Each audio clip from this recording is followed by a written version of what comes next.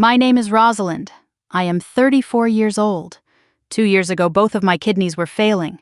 Before the transplant center would move my file forward, they needed one thing from my family. Not money, not blood. One name in one box. One adult willing to stay in my house for 4 weeks after the surgery. I asked my mother. She told me my sister's wedding came first. So let me give you the numbers, because numbers hold still while people move around. 14 months on dialysis, 3 days a week, 4 hours in the chair each time, 182 appointments, not one visit from anyone who shared my last name. And on the Friday night the call finally came. The phone in my mother's house rang and rang into a room where nobody was standing. I went into that surgery with an empty waiting room. I never asked them for anything again. Last Sunday, somebody in that house slid a piece of paper across a kitchen table toward me. They wanted my signature on it. They called it a small favor. 15 minutes and a pen. I did not pick up the pen. Here is the part none of them ever thought about. I read documents for a living. I sit under a desk lamp with 2 signatures lying side by side, and I tell an insurance company which one is a lie. 12 years of that. It is the one thing I have never been wrong about. Because there were 3 of them. And they came in order, like weather moving across a map. My mother took the first thing from me. My sister took the second. And the third one had already been taken 7 years before any of us sat down at that table, on a Thursday afternoon in September, by the one man my father trusted with everything he left behind. Welcome back to Revenge by Truth, where the quiet ones finally read the paperwork out loud. If you have ever been the person in the family everyone assumed would be free, the one whose calendar belonged to everybody but her, then stay with me, because this one is yours. Tell me in the comments where you are watching from and what time it is where you sit. And subscribe, so the next story finds you without you having to look for it. Before any of that, though, there was an ordinary Tuesday morning in a small office in Springfield, Missouri, and a file on my desk that had nothing to do with me at all. The file was a roof claim out of Ozark, and the man who signed it had signed his name 4 different ways in the same folder. That is the part people never believe. They think forgery announces itself, that a fake looks obviously fake, the way a counterfeit bill looks wrong under a blue light. It does not. A fake signature usually looks better than the real one. That is the tell. I work for a small mutual insurer on the north side of Springfield, Missouri. My title is fraud examiner. What that means in practice is that I sit at a desk with a lamp pulled down low, and I put 2 pieces of paper next to each other, and I look until something stops matching. A real signature is a habit. It is muscle, not thought.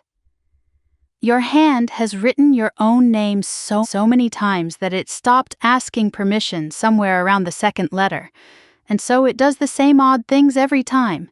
It lifts in the same place. It runs out of ink at the same curve.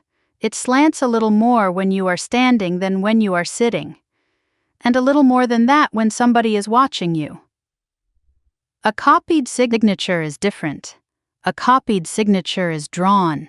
You can see it in the pressure. The person doing the copying goes slow because they are looking back and forth at the original, and slow leaves a heavier line. You can see it in the letter spacing, which comes out too even, like a fence built by somebody with a tape measure. And you can see it in the places where the pen lifts, because the copier lifts where the shape is hard, and the real owner of the name lifts where the habit says to lift, and those are almost never the same place.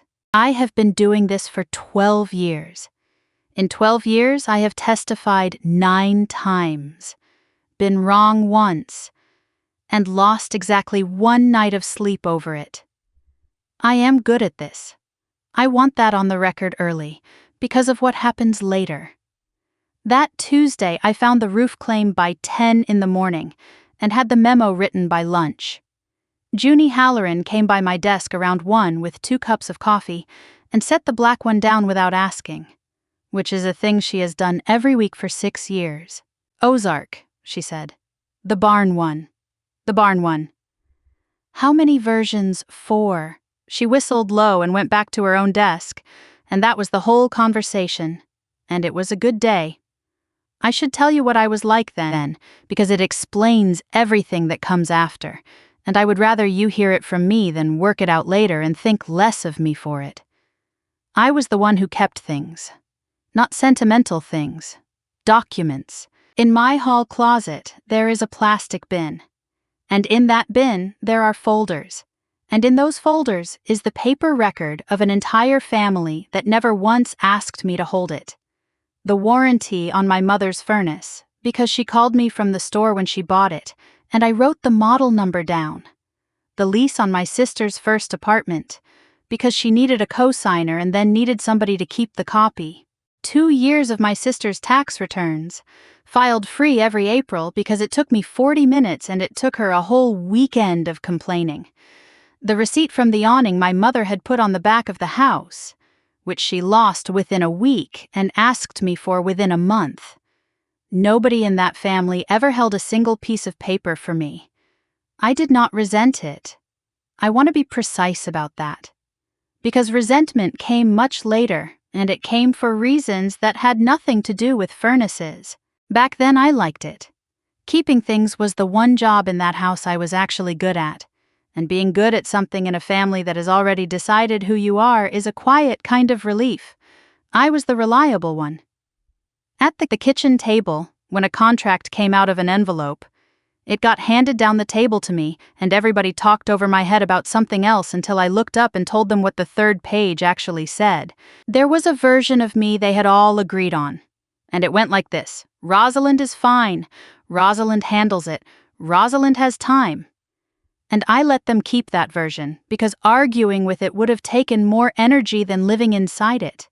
My father would have understood the bin in the closet. He kept things too, though he kept them differently. And I will get to that. Here is what I did not understand until much later. And it is the thing I want you to hold on to through everything else I am about to tell you. I spent 12 years being the person other people handed their paperwork to. I could tell you where my mother's furnace warranty was in under a minute.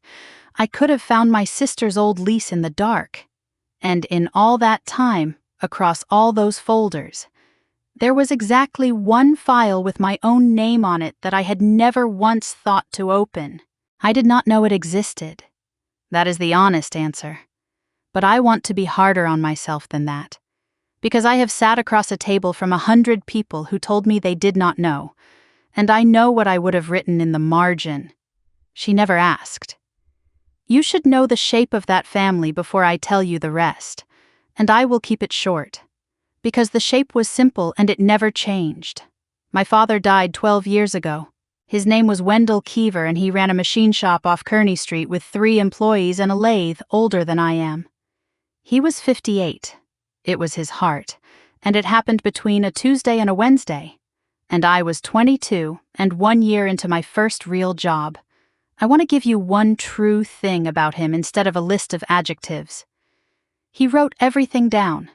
Not letters, not thoughts, measurements. He carried a green spiral notebook in the chest pocket of his work shirt, the wire kind that catches on everything.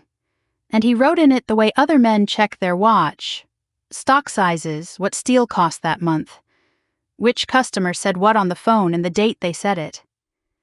He told me once that a shop runs on memory, and memory is a liar. And then he went back to whatever he was doing. Because that was the whole speech. The notebook went with him everywhere. After the funeral, I did not see it again. The shop was sold within the year and the tools went with it, and I assumed the notebook went into a box somewhere and then into a landfill, the way small things do when a person stops being alive to carry them. The other thing about that funeral, there was a man who stood on the porch the entire time and would not come inside. Ike Brumley. He ran the lathe for my father for 19 years. He shook my hand at the door, said 4 words about my dad, and then stayed on the porch through the whole thing with his hat in both hands while people carried plates past him. My mother thought it was rude, I thought it was the only honest thing happening in the house. After the funeral, my uncle handled the paperwork. That is the sentence. And I want you to hear how ordinary it sounds, because it sounded ordinary to all of us. Dale Prather is my mother's older brother. He managed a bank branch in Nixa for 26 years, wore a tie to mow the lawn, and kept a pen clipped in his shirt pocket the way my father kept a notebook. In our family, if a document showed up, Dale took it. Nobody voted on that. It was simply true. The way it was true that my mother made the coffee and my sister was the pretty one, so the shop got sold, and Dale handled it. And none of us asked what happened after that. Not once. In 12 years. Asking would have meant not trusting him. And in that house, not trusting Dale was roughly the same as saying you did not believe in Sunday. Now, my mother, Charlene Keever, spent 29 years as a secretary at an elementary school, which is a job that teaches a person to say difficult things in a pleasant voice. She has never once raised her voice at me. She has never once needed to. Everything she has ever taken from me, she took in a tone you could set a clock by. She was not cruel. I need you to understand that, because if she had been cruel, this would be a much simpler story, and I would have walked away from it a decade sooner. She was something harder to fight. She had a ranking, and the ranking never moved, and she believed the ranking was just how things were. Like rain. My sister is Sawyer. She is 5 years younger, and from the time she could talk, she cried in a way that made adults come running, and she learned what that was worth. Sawyer's tuition got paid out of my mother's checkbook. 4 years of it, and nobody in that house ever described it as help. Mine got paid by a lender in Iowa, and what I got from my mother was a short speech about how a person values a thing more when she has covered it herself. I made the last payment on that loan at 30. Nobody mentioned it. And there was one phrase my mother used, and she used it so often it stopped being a phrase and became a piece of furniture. Sawyer is building something. That was it. That was the whole justification. Deployed at every holiday and every phone call, for every dollar and every Saturday and every ounce of attention that went one direction and not the other. Sawyer is building something. Sawyer has a life she is putting together. Sawyer needs it more. And the part of that sentence that took me until this year to hear properly is the part that never got said out loud. Because if my sister was building something, then I was not. My apartment was not something. My 12 years at a job I was good at were not something. A woman with no husband and no children was in my mother's arithmetic. A woman with an empty calendar and no construction project of her own. And an empty calendar is a resource. It belongs to whoever gets there first. I heard that phrase for 15 years and it never once landed. You can hear a thing so many times that your ears stop reporting it. It landed the year I turned 31. That was the year my blood work stopped making sense. And a doctor in a windowless room told me both of my kidneys were failing. And I found out exactly how my mother ranked me when the ranking finally had a price. It did not arrive the way people expect. There was no collapse, no ambulance, nothing you could put in a movie. There was a column of numbers that kept going the wrong direction. I saw it before my doctor said it, which is what happens when your whole job is reading columns. Creatinine up, filtration rate down, 3 panels over 8 months, each one a little worse. And by the third one, I had put them in a spreadsheet at my kitchen table on a Sunday night, which is a thing I do not recommend anyone do. So when she said end-stage renal disease, I already had the shape of it. What I did not have was the vocabulary for what comes next. And it turns out the vocabulary is mostly scheduling. Dialysis started 9 days later, 3 days a week, 4 hours in the chair each time. You do not sleep through it, and you cannot really read through it, because your arm is committed and the machine makes a sound that gets into your teeth. Mostly you sit. Mostly you learn the ceiling. I want to be careful here, because this next part is where the story actually starts. And it is not the part anyone expects. The thing that nearly stopped me was not my kidneys. It was a box on a form. To be listed for a transplant, You have to show the center that you have a support plan. That is the phrase they use. What it means is that you have to name one adult who will stay with you around the clock for the first 4 weeks after surgery. And that person has to attend a caregiver session, and that person has to sign. It is not a suggestion. A transplant is not a thing they hand you and wave goodbye. There are medications on a schedule that does not bend. There is an infection risk that does not care how tough you are, and for the first month there is somebody driving you, watching you, and calling the coordinator when your temperature moves. No name in the box, no activation. That is the whole rule, and it is a reasonable rule, and I would defend it to anyone.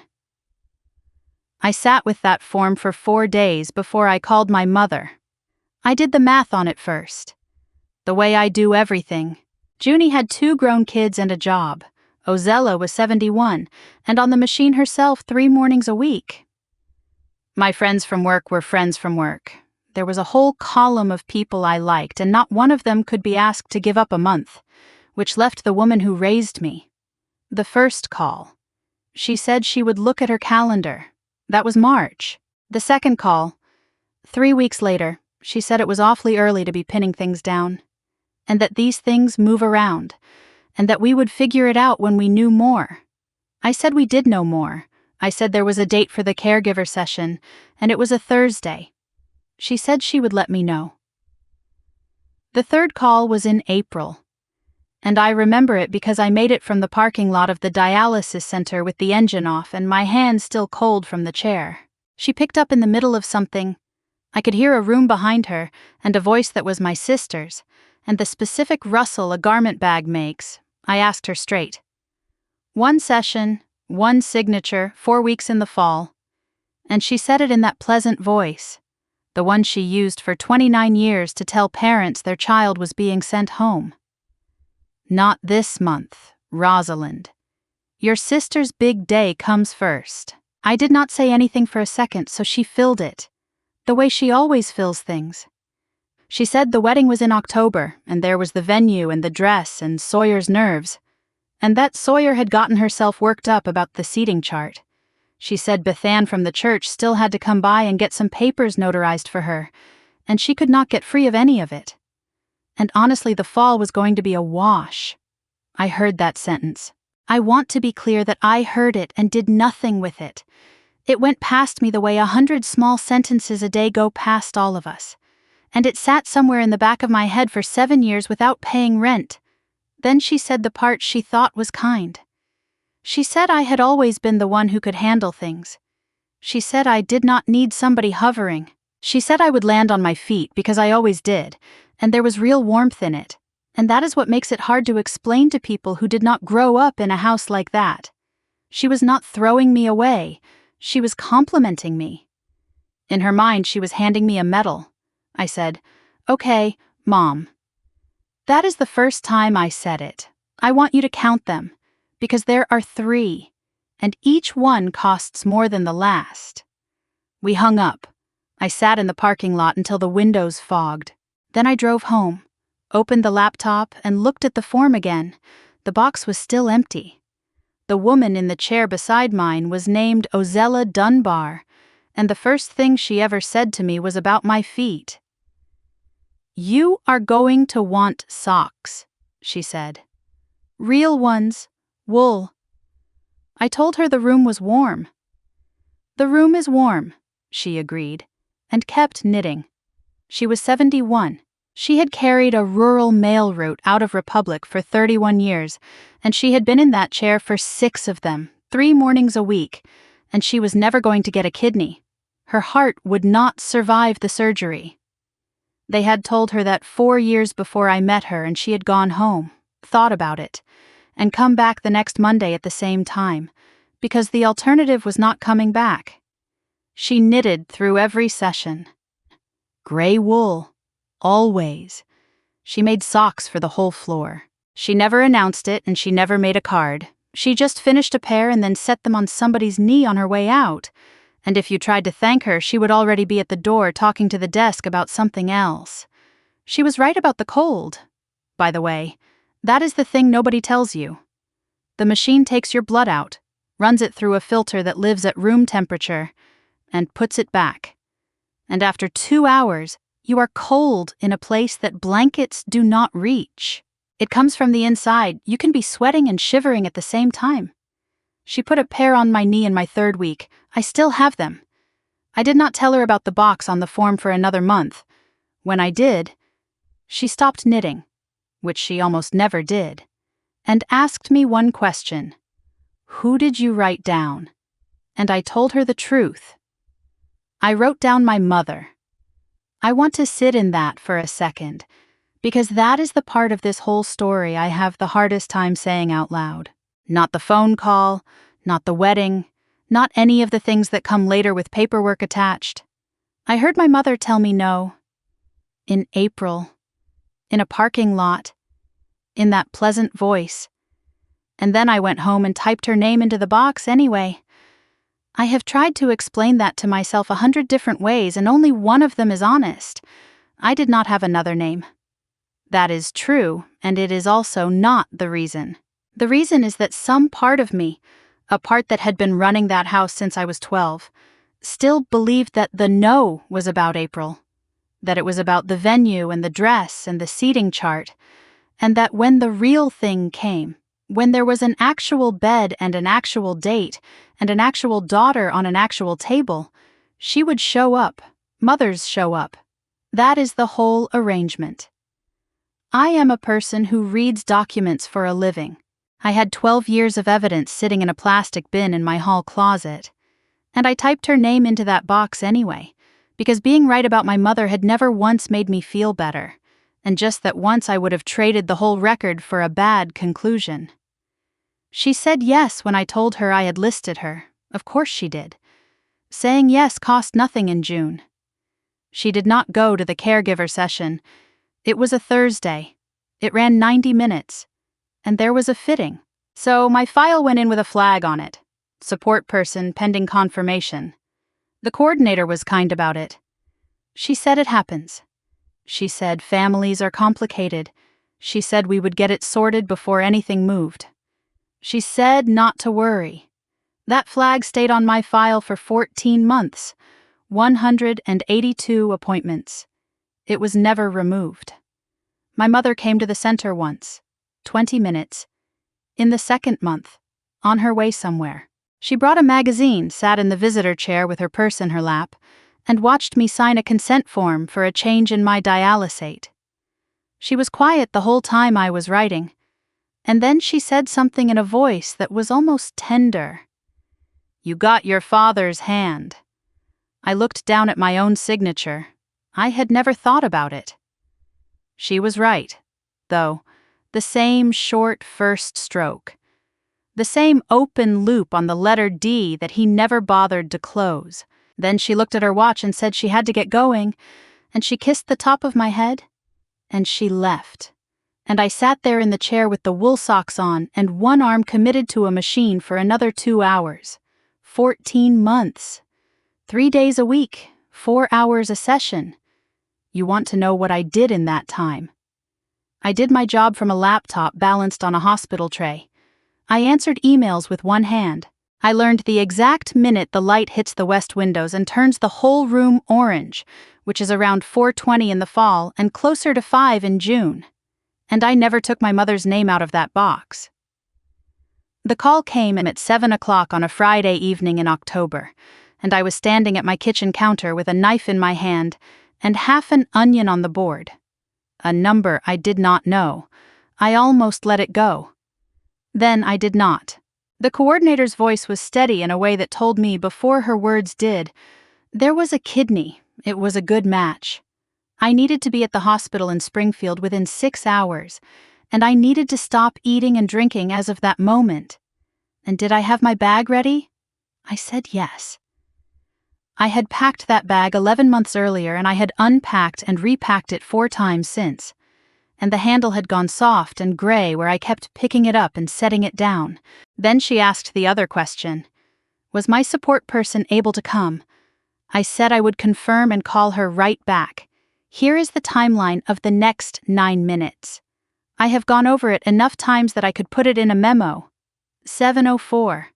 I called my mother's cell phone. It rang once and went to voicemail, and the voicemail said the mailbox was full, which meant she had not cleared it in weeks.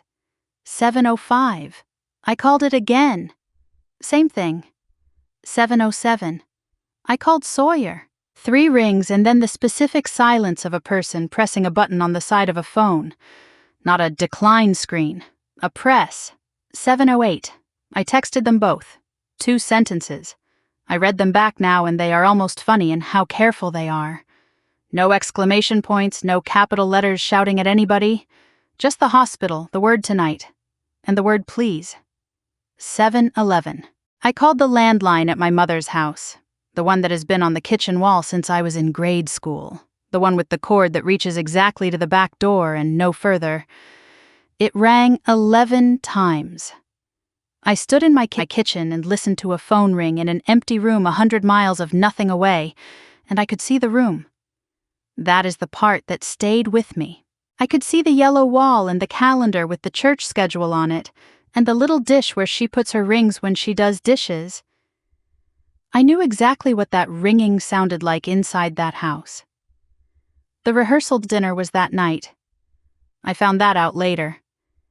But I knew it then. The way you know things. At 7:15, I put the phone face down on the counter. And I did what I have done my entire life, which is handle it. I put the onion in a container and put the container in the refrigerator, because I was not going to come home to a kitchen that smelled. I turned the water heater down. I took the trash out. I texted Junie and told her where the spare key was under the second pot on the step and asked her to get my mail. I got the bag. I checked that the bag had the folder with my insurance cards and my medication list and the 2 forms from the center. Because of course it did. Because I am the person who keeps the folder. I locked the door. I stood on my own front step for a second in the cold with my breath going up. Then I drove myself. It is 26 minutes to that hospital, and I did not turn the radio on. At the last light before the turn, a long light, I sat with my hands on the wheel and I thought about the box on the form, support person pending confirmation. I thought about how many people were in a banquet room right then, 20 minutes from my apartment. I could have named most of them. Cousins, 2 aunts, a woman from the church who used to give me butterscotch candies out of her coat pocket when I was small. All of them together in one warm room with their phones in their purses. And I want to be honest about what I felt, because it was not what I expected. It was not grief. It was not even anger. Not yet. It was a kind of clarity that felt almost like relief. The way it feels when a long argument finally ends because somebody says the true thing out loud. I had spent 14 months holding a spot open for her. 14 months of leaving a chair pulled out. The light turned green. I parked in the visitor garage on the 3rd level because that was the first open spot, and I sat in the car for maybe 40 seconds with the engine ticking. Then I got out, got my bag, and rode the elevator up with a man in scrubs who was eating almonds out of his pocket and nodded at me like it was any night at all. They put me in a room and gave me a gown and started the paperwork. And a nurse came in with a clipboard and a pen. And she was warm and quick, and she had done this 1,000 times. She looked at the flag on my chart. "Okay, hun," she said. "Who is your support person?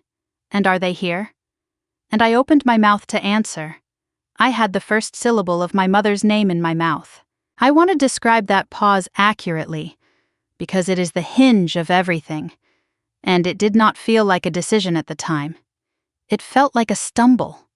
Like missing a step in the dark. The nurse waited with her pen down. Somewhere behind her, a monitor was counting something, and I said, "Ozella Dunbar." Then I asked for my phone. It was 11:40 at night. She picked up on the second ring, which tells you something about a 71-year-old woman. And she did not say hello. "Is it tonight?" I said it was tonight. There was a sound of a chair, and then the sound of a closet door. And she said she was getting her coat, and I said the thing I had to say, which was that she had a session at 6 in the morning and she could not miss it. She said a word I will not repeat here. Then she was quiet for a second. Because she knew I was right. And Ozella Dunbar has never once argued with a fact. She said she would be there when I woke up. She said it like a work order. Junie was on Highway 60 coming back from her sister's in Rogersville. And there was a wreck at the Rogersville exit, and she sat in that traffic for an hour and 10 minutes texting me updates I could not answer, because by then they had taken my phone. So here is how it went. They wheeled me down a little after 1 in the morning. The ceiling tiles go by, and there is a rhythm to them. And there is a place where the hallway turns, and the lights change from white to a colder white. A resident asked me my name and my birthday, which they do every 12 feet, and I gave them both. At the last set of doors, somebody said the waiting area was through there on the right, in case my family wanted to sit. I said there was nobody in it. I said it plainly, the way you would report a room temperature. And the man pushing the bed did not know what to do with that, so he said nothing, which was the correct answer. Then the doors opened and the bed went through and the doors closed behind me on their own. That is the sound I kept. Not the anesthesia mask, not the cold of the room, not any of the parts you would expect a person to remember. The sound of a door closing behind me by itself, on a hydraulic arm, at the speed those doors are set to, which is slow. It takes about 4 seconds. I counted them. If you are watching this and something in your chest just went tight, I know why. I am not going to tell you to be angry at anybody. That is not what this is. But I want you to try something tonight, and it costs you nothing. Think about the last time something happened to you that nobody was going to post about. No ceremony, no photographs, a Tuesday, a waiting room, a phone call at an inconvenient hour. Now think about who was there. That list is short for most of us, and it is almost never the list we would have guessed at 20. Whoever is on yours, tell them. And if you have ever been the one who had to write your own name in the box where somebody else's name should have been, stay with me, because there is a piece of paper coming in this story with my signature on it that I never signed. Subscribe so the rest of it finds you. I woke up at 9:05 in the morning with a sore throat and a catheter and a nurse named Denise telling me my numbers were beautiful, and Ozella was in the chair. She had come straight from her own session. Her coat was still on. There was a square of gauze taped in the crook of her left arm where they had run her for 4 hours that morning, and she had not bothered to take it off. And she saw me look at it, and she moved her arm slightly so I would stop. She did not say anything sentimental. She did not say anything at all for a while. She pulled the chair closer with her foot, hooked it under the leg and dragged it, which made a sound the nurse did not appreciate, and then she sat down and took her knitting out of her bag. After a few minutes, she said, "You have color?" I said, "Do I?" "Some," she said. "Not much, but some." And then she knitted, and I lay there, and neither of us said anything for the better part of an hour. And it was, without any competition, the best hour I had had in 14 months. At some point I asked her whether Junie had made it. She said Junie had gotten there at 2 in the morning, sat in the waiting room until 4, and then gone home to shower and go to work, because Junie had a shift. So the waiting room was not empty the whole time. It was empty when it counted. But I want to be accurate, because this whole story is about being accurate. And by 4 in the morning there had been one woman in it who was not related to me at all. The wedding was on the 3rd day. I found out the way I found out everything about that family for the next 2 years, which was sideways. From a phone in my lap, from photographs other people had decided to make public. I am not going to spend your time on the wedding. I could describe the dress. The barn venue outside Ozark with the string lights. The cedar arch somebody's brother-in-law built. The fact that it did not rain. None of that matters, and none of that is the wound. Here is the wound. Every year, on the day after Thanksgiving, my mother lines the family up on the front steps of the house on Del Mar and takes one photograph. That is the Christmas card. She has done it since before I could walk. There is a shelf in her hallway with a stack of them going back 30 years, and you can watch all of us get taller and then get older in a straight line. The rule was always the front steps. The rule was always the day after Thanksgiving. That year, because everyone was already dressed and already in one place, they took it at the wedding. On the steps of the church, same formation, Mother in the middle, Sawyer and Trevor on her right, Dale on her left with his hand on her shoulder, the two aunts, the cousins, everybody in order. I saw it on my phone on the third day after a transplant, on a morphine pump, at 11 in the morning. And I did the thing I always do. I counted 9 people, and the composition was perfect. Nobody was leaning to cover a gap. There was no space at the end of a row where a person had clearly stepped out. My mother has an eye for a photograph, and she had arranged 9 people so that 9 people was obviously the correct number. And if you had never met that family, you would look at it and think, what a nice-looking bunch. That is what I could not get past. Not the absence. The absence had been arranged so that it did not read as an absence. Then I put the phone face down and went back to sleep. Because that is what you do on day 3. The going home part is the part nobody warns you about. And I will be quick. Because I am not here to give anybody medical advice, and I am not qualified to... I can tell you what it was like for me. No driving for 6 weeks. Clinic twice a week for the first 3 months. Which meant somebody had to be in a car with me at 7 in the morning 14 times a month. Pills on a schedule so exact that I set 4 alarms and named them. My hands shook for the first 2 weeks. Everything tasted like a nickel. I could not lift a gallon of milk, which is a genuinely humbling thing to discover about yourself. Ozella came 3 days a week, in the gaps between her own sessions, and taught me to take my own blood pressure and write it in a notebook. She said doctors listen to numbers and they do not listen to how you feel, and that if I wanted to be believed, I should hand them a column. That is the first time it occurred to me that she and my father would have gotten along. She was ruthless about the notebook. If I told her I felt fine, she would ask me what the number was. If I told her the number, she would ask me what it had been the day before. And if I could not tell her, she would hand me the pen. Twice a day, morning and night, sitting up, arm at heart level, 2 minutes of rest before the cuff. She made me write the time next to it. She made me write it in ink. I asked her once why the time mattered. Because a number without a time on it is a story, she said, and nobody has to believe a story. Junie showed up on a Saturday with a shower chair in the back of her car. It was a used one, from when her mother was sick, and it had a strip of duct tape on one leg, and she carried it into my bathroom and set it up without asking whether I wanted it, because she knew I would have said no. She also, that same day, put a camera doorbell on my front door. She did it while I was on the couch. I heard the drill and I called out and asked what on earth she was doing. And she said, from outside, that I was not allowed to jump up and run to the door for 6 weeks, and she was not going to have me pop a stitch for a delivery driver. So now I could look at my phone and see who was standing on my step. I said that was ridiculous. I said thank you. Both of those were true. It sat there over my door for the next 2 years. And I want to be clear that I never once thought about it again. It was a piece of household hardware, like a smoke detector. I checked it when a package came. That is all it ever was to me.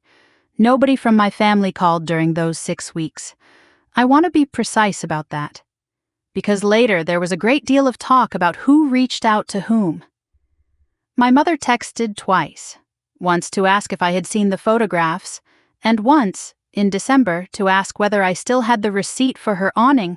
I found the receipt. I texted her a picture of it. 3 weeks after that, the first envelope came. Medical billing does not arrive all at once. It arrives the way a leak arrives. 1 envelope at a time, over months, from places you did not know had been in the room. The transplant itself was mostly covered. That is the part people get wrong. The surgery was not what broke me. It was everything attached to it. The anti-rejection medication is for life, not a year, not 5 years. For as long as that kidney is in me. And if I stop, it goes. There is a copay structure on that with a tier that changes in January. And there is a second drug for the side effects of the first drug, and a third for the side effects of the second. Then the clinic visits, twice a week for 3 months, in a city where I could not drive. Then the labs, which are separate from the visits and billed separately. Then 3 months at reduced hours at work, which I was lucky to be allowed at all, and which cut my paychecks by a little over a third at exactly the moment everything else went up. I did what a person like me does. I put it in a spreadsheet. I sold the truck my father had left me, which was 14 years old and needed a transmission, and which I had kept for reasons that had nothing to do with transportation. I dropped every subscription. I ate out of the freezer. I called 2 of the billing departments and got on payment plans, which I was good at negotiating because I know how those offices work from the other side. And after all of it, after every column had been cut down as far as a column will go, the number at the bottom was $6,800. I looked at that number for 4 days. I need to tell you something so that the next part lands correctly. In 32 years, I had never asked my family for money, not once. Not for college, not for the deposit on my first apartment, not the winter my furnace died, not because I was proud, exactly, because I had watched the accounting in that house my whole life, and I understood that asking would be entered into a ledger, and that the ledger would be read back to me later, at a time of somebody else's choosing. So I did it the only way I knew how. I did not write asking for money. I wrote asking for a loan, and I set a repayment date, and I attached a summary. 1 page, line items, dates, what insurance had covered, what it had not, what I had already sold, what I had already cut. Every figure sourced. I read it 4 times before I sent it.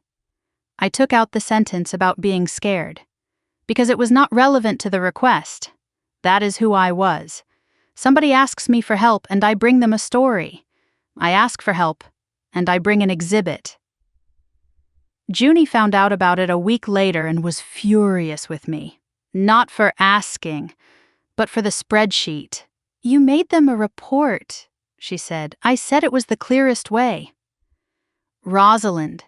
She put her coffee down. Nobody has ever needed a report to help their kid. I did not have an answer for that. I have one now, 2 years late. Which is that a report was the only language I trusted, because it was the only language in that house that could not be reinterpreted later. Feelings get remembered wrong on purpose. A number does not. That habit is going to matter enormously in about 1.5 years, so hold on to it. While I am telling you who I was, here is one more piece, and it is going to look like housekeeping right now. I keep everything work-related, not just the case files, which the company keeps anyway. My own things.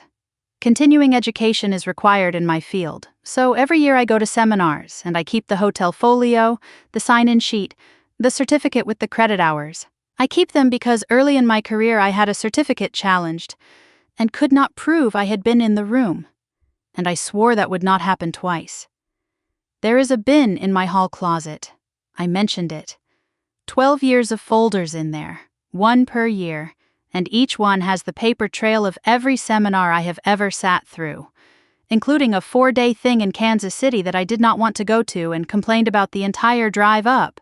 I complained about that seminar to Junie for a week beforehand.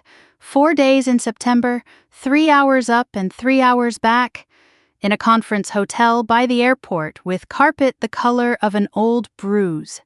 The topic was questioned document examination. I already knew half of it and I resented paying for the parking. I went. I signed in every morning and signed out every afternoon because the credit hours do not count unless you do. I ate a bad sandwich in the lobby restaurant on the second day and kept the receipt. Because I was going to expense it and then forgot to. That folder has been in the bin for 7 years. I have never once looked at it. My mother did not answer the text. 4 days went by. I checked the delivered receipt more than I want to admit. On the 5th day, at 9 in the morning, she called me, and I knew from the first 2 words that she had been rehearsing. She started with the weather. That is not an exaggeration, and it is not me being unkind. My mother opens every difficult conversation with a paragraph of scheduling. The way you warm a car up in January. 9 in the morning. And I got 4 minutes on the cold snap. And then the kitchen Sawyer and Trevor were having done. The new counters. The color of the counters. How the man doing the counters had been late twice. I let her have all of it. I put the phone on the counter, on speaker, and I stood there with both hands flat on the laminate, and I let her get to the end.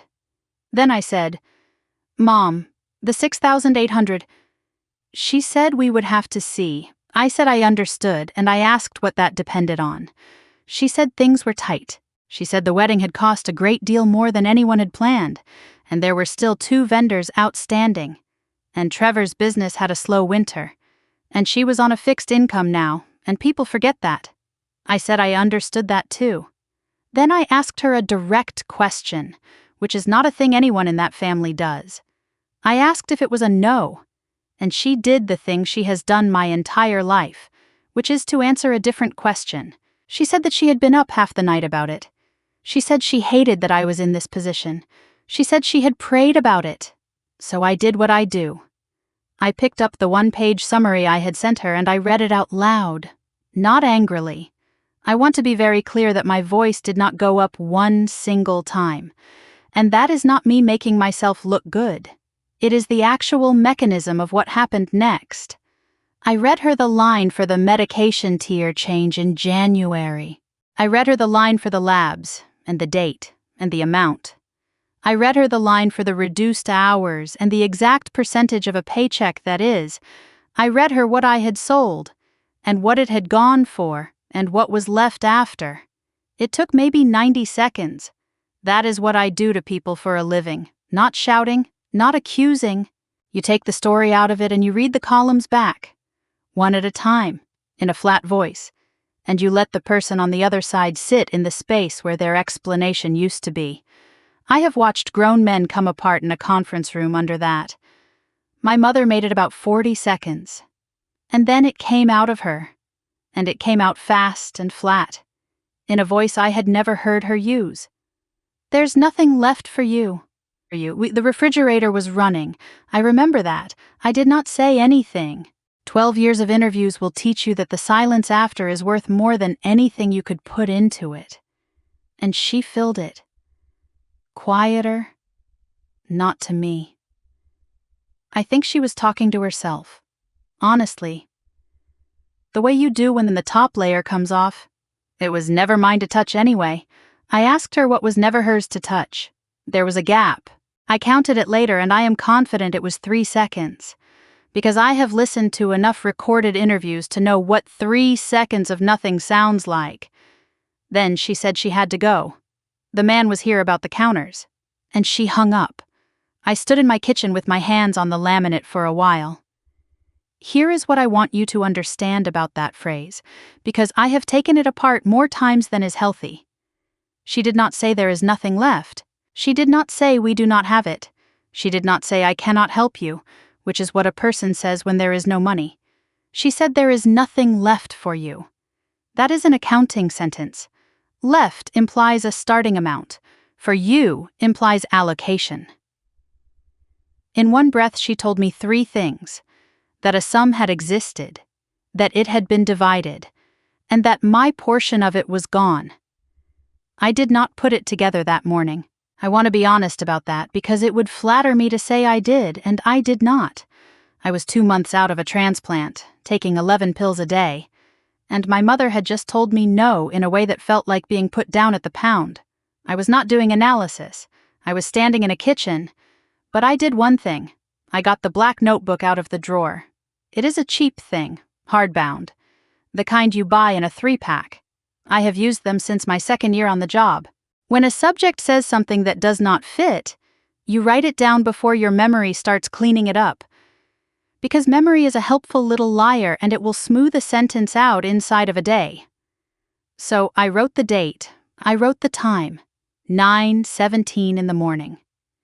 And I wrote both of her sentences, exactly as she said them, with quotation marks around them, Because that is the training. I was not building a case. There was nothing to build. I did not know there was a thing to know. I wrote them down because that is what my hands do. And underneath them, without really thinking about it, I wrote 3 more words. A question, with a question mark on the end. Left from what? Then I closed the notebook and put it back in the drawer, and I did not open it again for 2 years. 2 women who owed me nothing built me a week I could live inside, and they did it without discussing it with each other, which I only found out much later. Ozella took the mornings. 3 days out of 7 she came straight from her own session with the tape still on her arm, and she did not do anything dramatic. She made me sit up. She made me put the cuff on. She read the number off the machine and waited while I wrote it in the notebook with the time next to it, in ink. And if my handwriting got lazy, she made a small sound in her throat, and I did it again. On the 4th morning of that, I told her she was being ridiculous. She said, "You will thank me in March." I said, "Why March?" She said, "Because in March, somebody in an office is going to tell you that you feel fine, and you are going to put 90 days of numbers on the desk in front of them, and then they are going to stop telling you how you feel." She was right about that, too, though it happened in February. Junie took the appointments. She has a job and 2 grown kids and a husband with a bad back, and she never once made me ask. She would text on Sunday night with 2 times on Tuesday and 2 on Thursday, and I would pick one, and she would show up at my door with the car already warm. In 3 months, she was late twice, and both times she texted from the road before I noticed. I tried to pay her gas in the 2nd month. She let me do it once so I would stop bringing it up and never again after. And Margot sent a box. Margot Faircloth is my cousin. Her mother and my mother are sisters. And Margot lives an hour and change east of Springfield and works at a veterinary clinic. And before that winter I would have told you we were friendly the way people are friendly at funerals. Twice a year. A birthday text with the wrong emoji on it. The box came by mail in the 2nd week of December. 8 frozen meals in disposable pans, wrapped in newspaper and packing tape, with heating instructions written on masking tape on the lid of each one in ballpoint pen. No card, no note, nothing on the outside but a return address. I called to thank her and got her voicemail and left a message, and she never called back about it, and neither of us mentioned it for a year and a half. I have thought about that box a great deal since. It is the single most useful thing anybody in my family did for me during that entire period, and the person who did it went to some trouble to make sure there was no conversation attached to it. I know now what that was. She had heard something by then. She did not believe it, and she did not know how to say she did not believe it, so she sent food. Here is the picture I want to leave you with before this part of it closes. A Thursday night in January. My kitchen. The window over the sink had steam on it because I had been boiling something, and the radiator was making the noise it makes. Ozella was at the table with the gray wool going and her reading glasses down her nose. I was across from her with the notebook, writing the evening number in, and my handwriting was better by then because my hands had stopped shaking in November. Neither of us said anything for about 15 minutes. I want to be exact about this, because people talk about big moments and this was not one. Nobody said anything wise.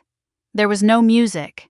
It was 2 women at a kitchen table, one knitting and one writing down a blood pressure, with a radiator clanking. It was the quietest 15 minutes I had had in 14 months. At some point she looked up over the glasses and said, "You are going to be all right." I said I knew. She said, "No, you do not, but you are." Then she went back to it. That night I slept the whole night through. 10:30 to 6:15. No alarms in between except the 2 I had to keep for the pills. And I woke up on my side, which I had not been able to do since the surgery. That was the end of the worst year of my life, and I want to say plainly what it added up to, because I think somebody watching needs the arithmetic more than they need the feelings. I had a kidney, I had a job I was still good at, I had $6,800 of debt with my name on it and a plan to pay it, and I did pay it, and I will tell you about the afternoon that finished. And I had 2 women who were not related to me by 1 drop of anything, and a cousin I barely knew who mailed me food and would not talk about it. I honestly believed the hard part was behind me. I was wrong twice. The first time started 3 weeks later, with a text message from that same cousin, and it was 6 words long. I want to stop here for a second and say the thing I could not have said then. I got out. That is the honest headline of that year. A stranger gave me a kidney, and 2 women I was not related to got me through the part after. And my family did not show up, and I stopped waiting for them to. That is a whole story right there, and it has an ending. What I did not understand is that silence has a direction. I thought the silence was pointed at me. I thought it meant nobody was talking. That is what silence means when you are the one sitting in it, and I sat in it all winter and called it peace and got fairly good at it. It was not silence, it was distance. Somewhere on the other side of that distance, in a house I grew up in, and a church I was baptized in. A version of me was being described in detail to people who had known me my whole life. It had been going on for weeks. It was thorough. It was consistent. And it was working, the way these things work, which is quietly and without anybody having to say anything cruel out loud. 6 words came in on a Thursday in February. "Are you okay? I heard about it." And that was how I found out that I was the last person in my own family to hear the story of my own life. I read Margot's text 3 times, and then I typed back that I was fine. And then I deleted that and typed a question instead. Heard about what? The 3 dots came up. They went away. They came up again. That went on for 40 minutes. And I sat on my couch and watched it happen. And I have interviewed enough people to know exactly what 40 minutes of typing and deleting means. It means the person on the other end knows the whole thing and is trying to find a version of it that will not hurt as much. There is no such version. There never is. But people always look. When it finally came, it came in 5 messages, and it took her 9 minutes to send them all. I am not going to reproduce them word for word. Partly because Margot did not deserve to have that be her contribution to this, and partly because the summary is worse than the quotes. The story going around about me had 3 parts. Part 1. I had chosen not to come to my sister's wedding, not been unable, chosen. The word being used was punishing, as in, she was punishing the family, on Sawyer's Day, because she could not stand to not be the center of it. Part 2. The illness had been oversold. Nobody said I had made it up. That is not how this is done. What was said was that it was being handled, that I was on the mend, and that I had a way of turning a hard time into a production. My mother's phrase for that, which she has used since I was 9, is that I get theatrical. I have never in my life been theatrical. I put things in spreadsheets. Part 3. And this is the one that changed the shape of my life for the next 11 days. The money. There had been a fundraiser. Junie had set it up in my 8th month on dialysis without asking me, and I will tell you about that. And family had given to it. And what was being said now, in February, was that the money had gone somewhere else. Not stolen. Nobody used a word that a person could be confronted with. What was said was that some of us gave, and I do not know that any of it went where it was supposed to. I sat with the phone in my hand and I did what I do. I built a timeline. Not on paper, not yet. In my head, on the couch, with the lamp off. Margot had heard it around the 2nd week of January. She had heard it from her mother, my aunt. Her mother had heard it in December, at the church, from 2 people at once, which meant it had already been in the building for a while by then. That put the start of it somewhere in early December. I had been 8 weeks out of a transplant in early December. I had been sleeping in a recliner because I could not get flat. I had been taking 11 pills a day and writing my blood pressure in a notebook twice a day in ink. 6 weeks. It had been moving for 6 weeks before it reached me. And that is the detail I could not put down. Not that it was false. False I could handle. False is my entire profession. What I could not put down was the shape of the distribution. Everybody knew. My aunts knew. The cousins knew. The women who run the fellowship hall knew.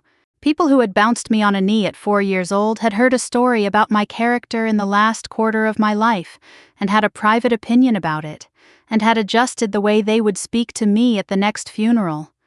And not one of them had picked up a phone. I ran the names in my head like a call sheet.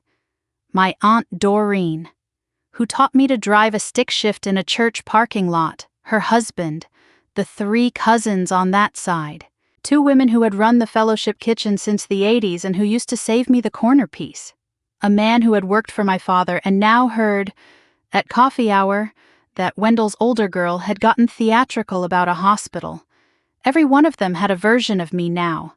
Every one of them had adjusted something. The way they would nod at me at the next funeral, whether they would ask how I was, and how long they would wait for the answer, and not one of them picked up a phone. Not to accuse me, not even to check, because checking would have meant admitting they had heard something worth checking. And in that family, the polite thing is to believe it quietly and keep your hands clean. I was the last name on the list. That is what a family is, when you get right down to the wiring of it. It is a distribution list. And I had found out, at 32, sitting in the dark, that I was not on it. I was a subject line. At some point that night I got up and got the plastic bin out of the hall closet, and I put it on the kitchen table and took the lid off. And then I stood there looking at 12 years of other people's paperwork. The furnace warranty, the lease, the awning receipt, tax returns for a woman who had spent 6 weeks telling a church that I was theatrical. I did not throw any of it out. That would have been the healthy response, and I have never once had the healthy response. I put the lid back on. Then I got out the folder from that 8th month, the one with the fundraiser in it, and I opened it up on the table under the lamp. And I started reading my own file the way I would read anybody else's. Junie set the fundraiser up in June, in my 8th month on the machine, and she did it the way she does everything, which is that she did it and then told me. I found out because a woman at work I barely knew stopped me by the mailboxes and squeezed my arm and said she had given what she could. I went and stood at Junie's desk. "Take it down," I said. "No. Junie." She turned her chair around. "Do you know what your gas alone is running 3 days a week, 12 miles each way, all year?" I said I knew exactly what it was running, to the dollar, because I had it in a spreadsheet. "Then you know," she said, and turned back around.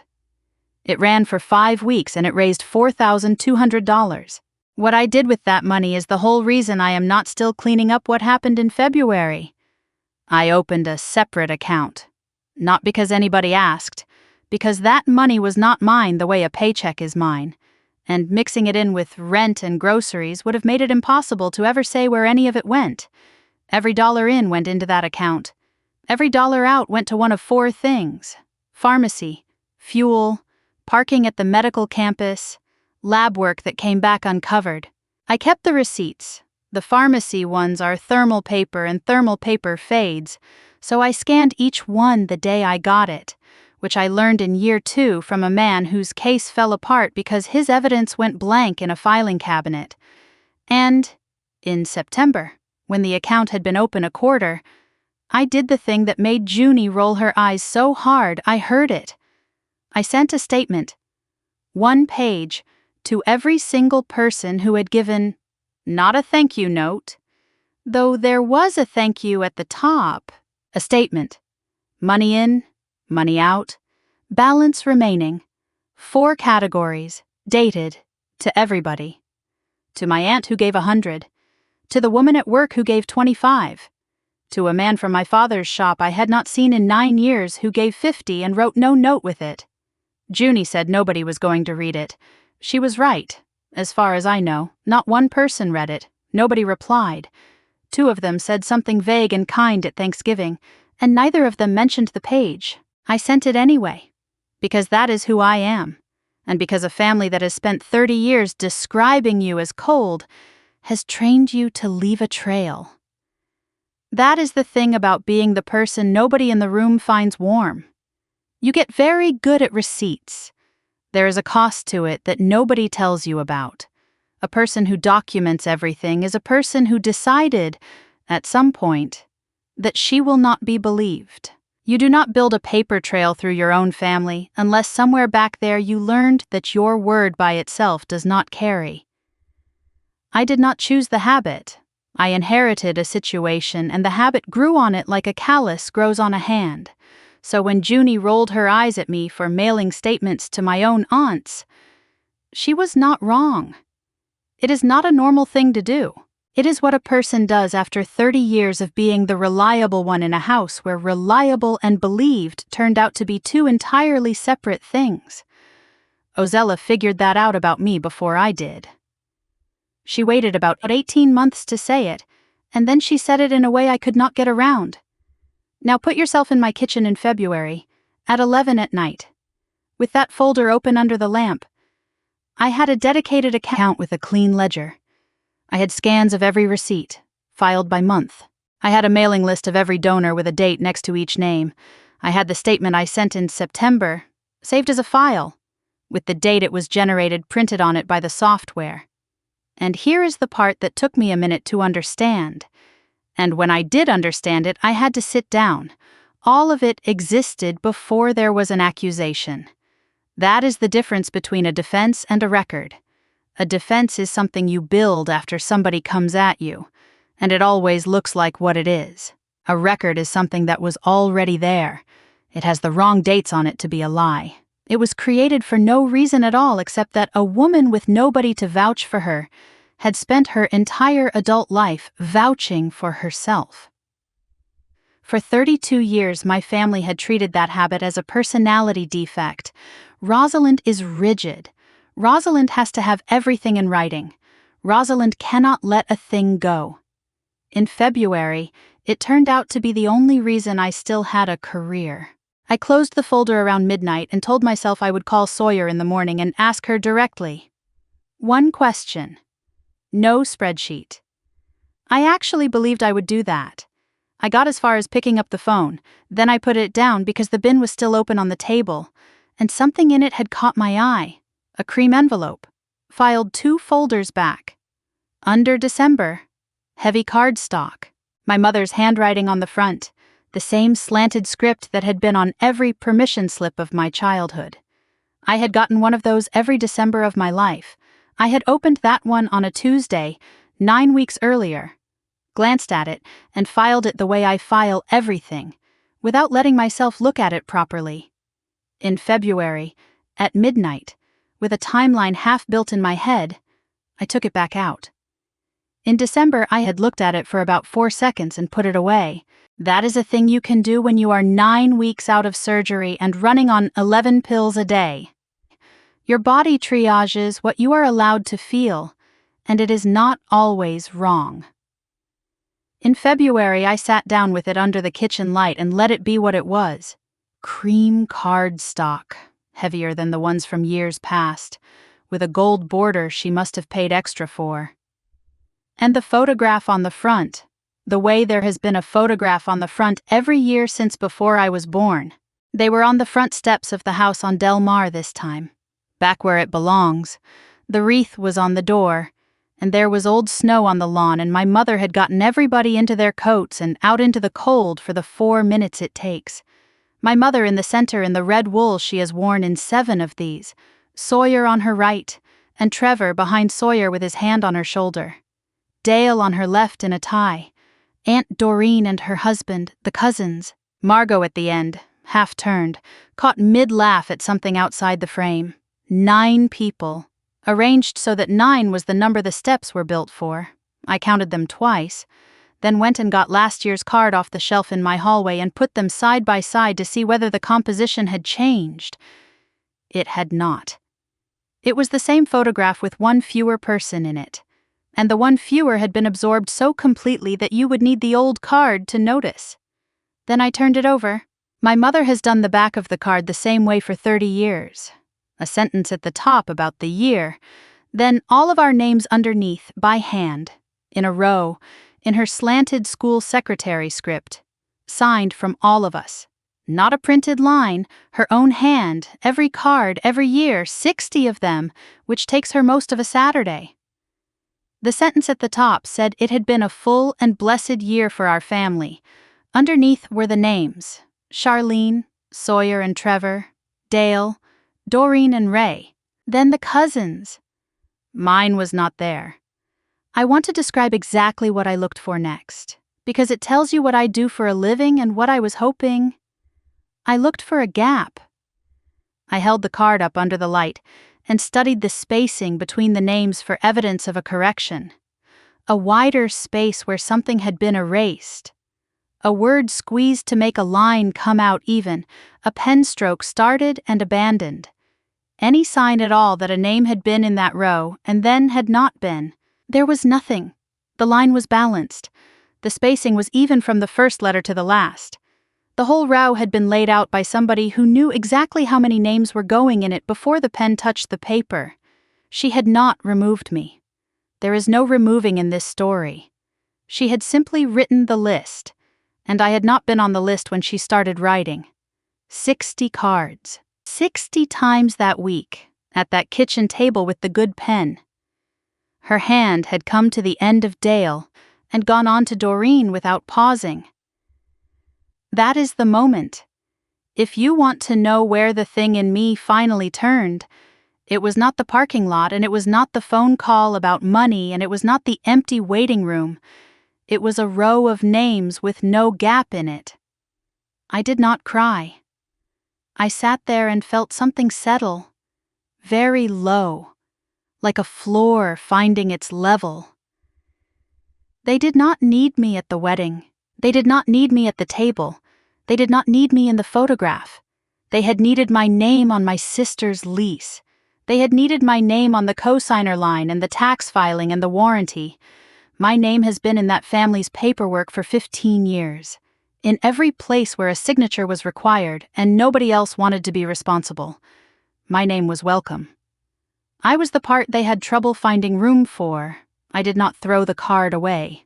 I put it in the plastic bin. In a folder, with the fundraiser statement and the scanned receipts. In the same order I would have filed anything. Ozella called the next evening and asked what I was doing because she always knows. I told her. She was quiet for a bit. Then she asked what I was going to do about it. And I said nothing. I said there is nothing to do about a Christmas card. There is not, she agreed. Then she said, but I would like you to notice something. And I would like you to not argue with me about it. I said, fine.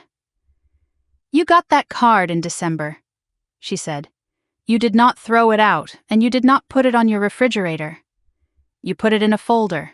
In a bin. In order? I said that was how I keep things. I know how you keep things, she said. I am telling you that some part of you looked at that card in December and decided it was evidence, and that part of you was 2 months ahead of the rest of you, and it has been running that far ahead your whole life. And one of these days you are going to have to ask it what it is running from. I told her that was a lot to get out of a Christmas card. She said, it usually is, and told me to eat something, and hung up. The card was not the first signal. It was the second, and I had missed the first one entirely, and once I had the timeline half built, I went back and found it sitting there in November where it had been the whole time. Nobody uninvited me from Thanksgiving. I want to be exact about the mechanism, because the mechanism is the whole point. There was no phone call. There was no email. There was no conversation in which a person said out loud that it would be easier this year if I sat it out. If there had been, somebody would have had to own it. And in that family, owning a thing is the one unforgivable act. What happened was that in the second week of November, Margot sent a message to a group chat that had not been used since a funeral 3 years earlier. And I was still in it. And she had not checked. It said, "How many extra chairs do we need? I can bring 4 from the clinic." Then it said, "Sorry, wrong thread." Then it said nothing else for 4 days. I sat with that for a while. Then I did the thing I do, which by now you can predict. I counted the chairs. She had asked how many extra means beyond what the house holds. And I have eaten at that table my entire life, and I know it seats 10 with the leaf in. She was bringing 14. I got out a piece of paper and I wrote the names. My mother, Sawyer, Trevor, Dale, Doreen and Ray, Margot and her husband, 3 cousins, 2 spouses, 14. The number was already correct. That is how I learned. Not from a person, from arithmetic, on a Tuesday night, off a message that was not meant for me and was withdrawn 11 seconds later. I did not reply to the thread. I did not call Margot. What I did instead, and I have thought about this a great deal since, is that I muted that chat and then I sat on the couch for about an hour and ran the whole thing back looking for the moment somebody made a decision. There was not one. That is the thing about how it is done. Nobody decided. My mother made a list of who to expect, and the same hand that had written 60 names in a row without a gap wrote a number down for chairs, and the number came out right. And nothing had to be discussed at all. You cannot fight that. There is nobody to fight. You can only notice it, and noticing it is worse. I told Ozella about the chairs on a Thursday, and she said, in the flattest voice she owns, "Well, come to mine, then. I have exactly 4. So that is where I spent Thanksgiving. There were 4 of us, Ozella, me, Junie, who came for 2 hours between her own family things and brought a pie she had not made and did not pretend to have made, and Delbert from 2 doors down, who is 81 and deaf in one ear and had nowhere to be. The truth about that dinner is that the food was not good. Ozella overcooked the bird, the way she has every year since her husband died, and she is not interested in discussing it. The green beans came out of a can. Delbert told the same story twice, about a truck, and both times he laughed before he got to the end of it. 4 folding chairs, a plastic cloth, and a light fixture with 1 bulb out that Ozella has been meaning to fix since I met her. I laughed 3 times, and I remember all 3, once at Delbert's truck, the second time, once at Junie, who put the pie on the table still in the grocery store clamshell and dared anybody to say something, and once at Ozella, who looked around at the 4 of us and said that this was the first year in a while that everybody at her table had wanted to be there, and then immediately told Delbert to get his elbow out of the butter.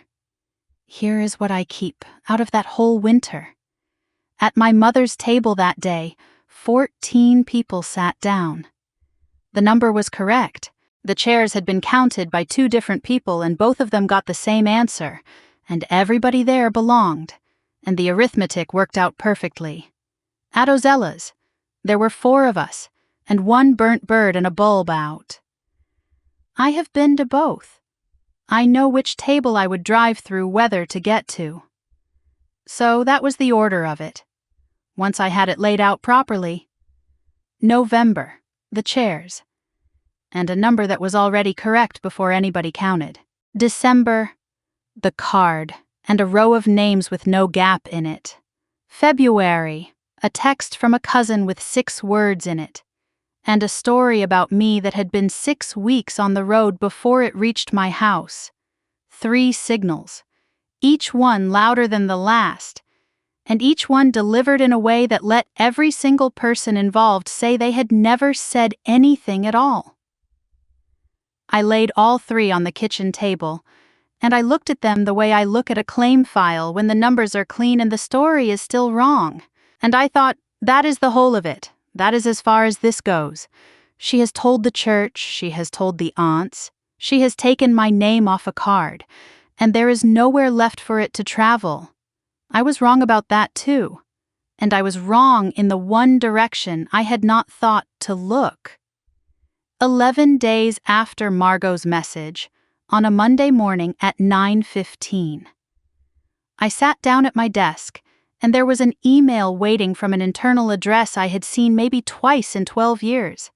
Compliance. Subject line: request for a meeting today.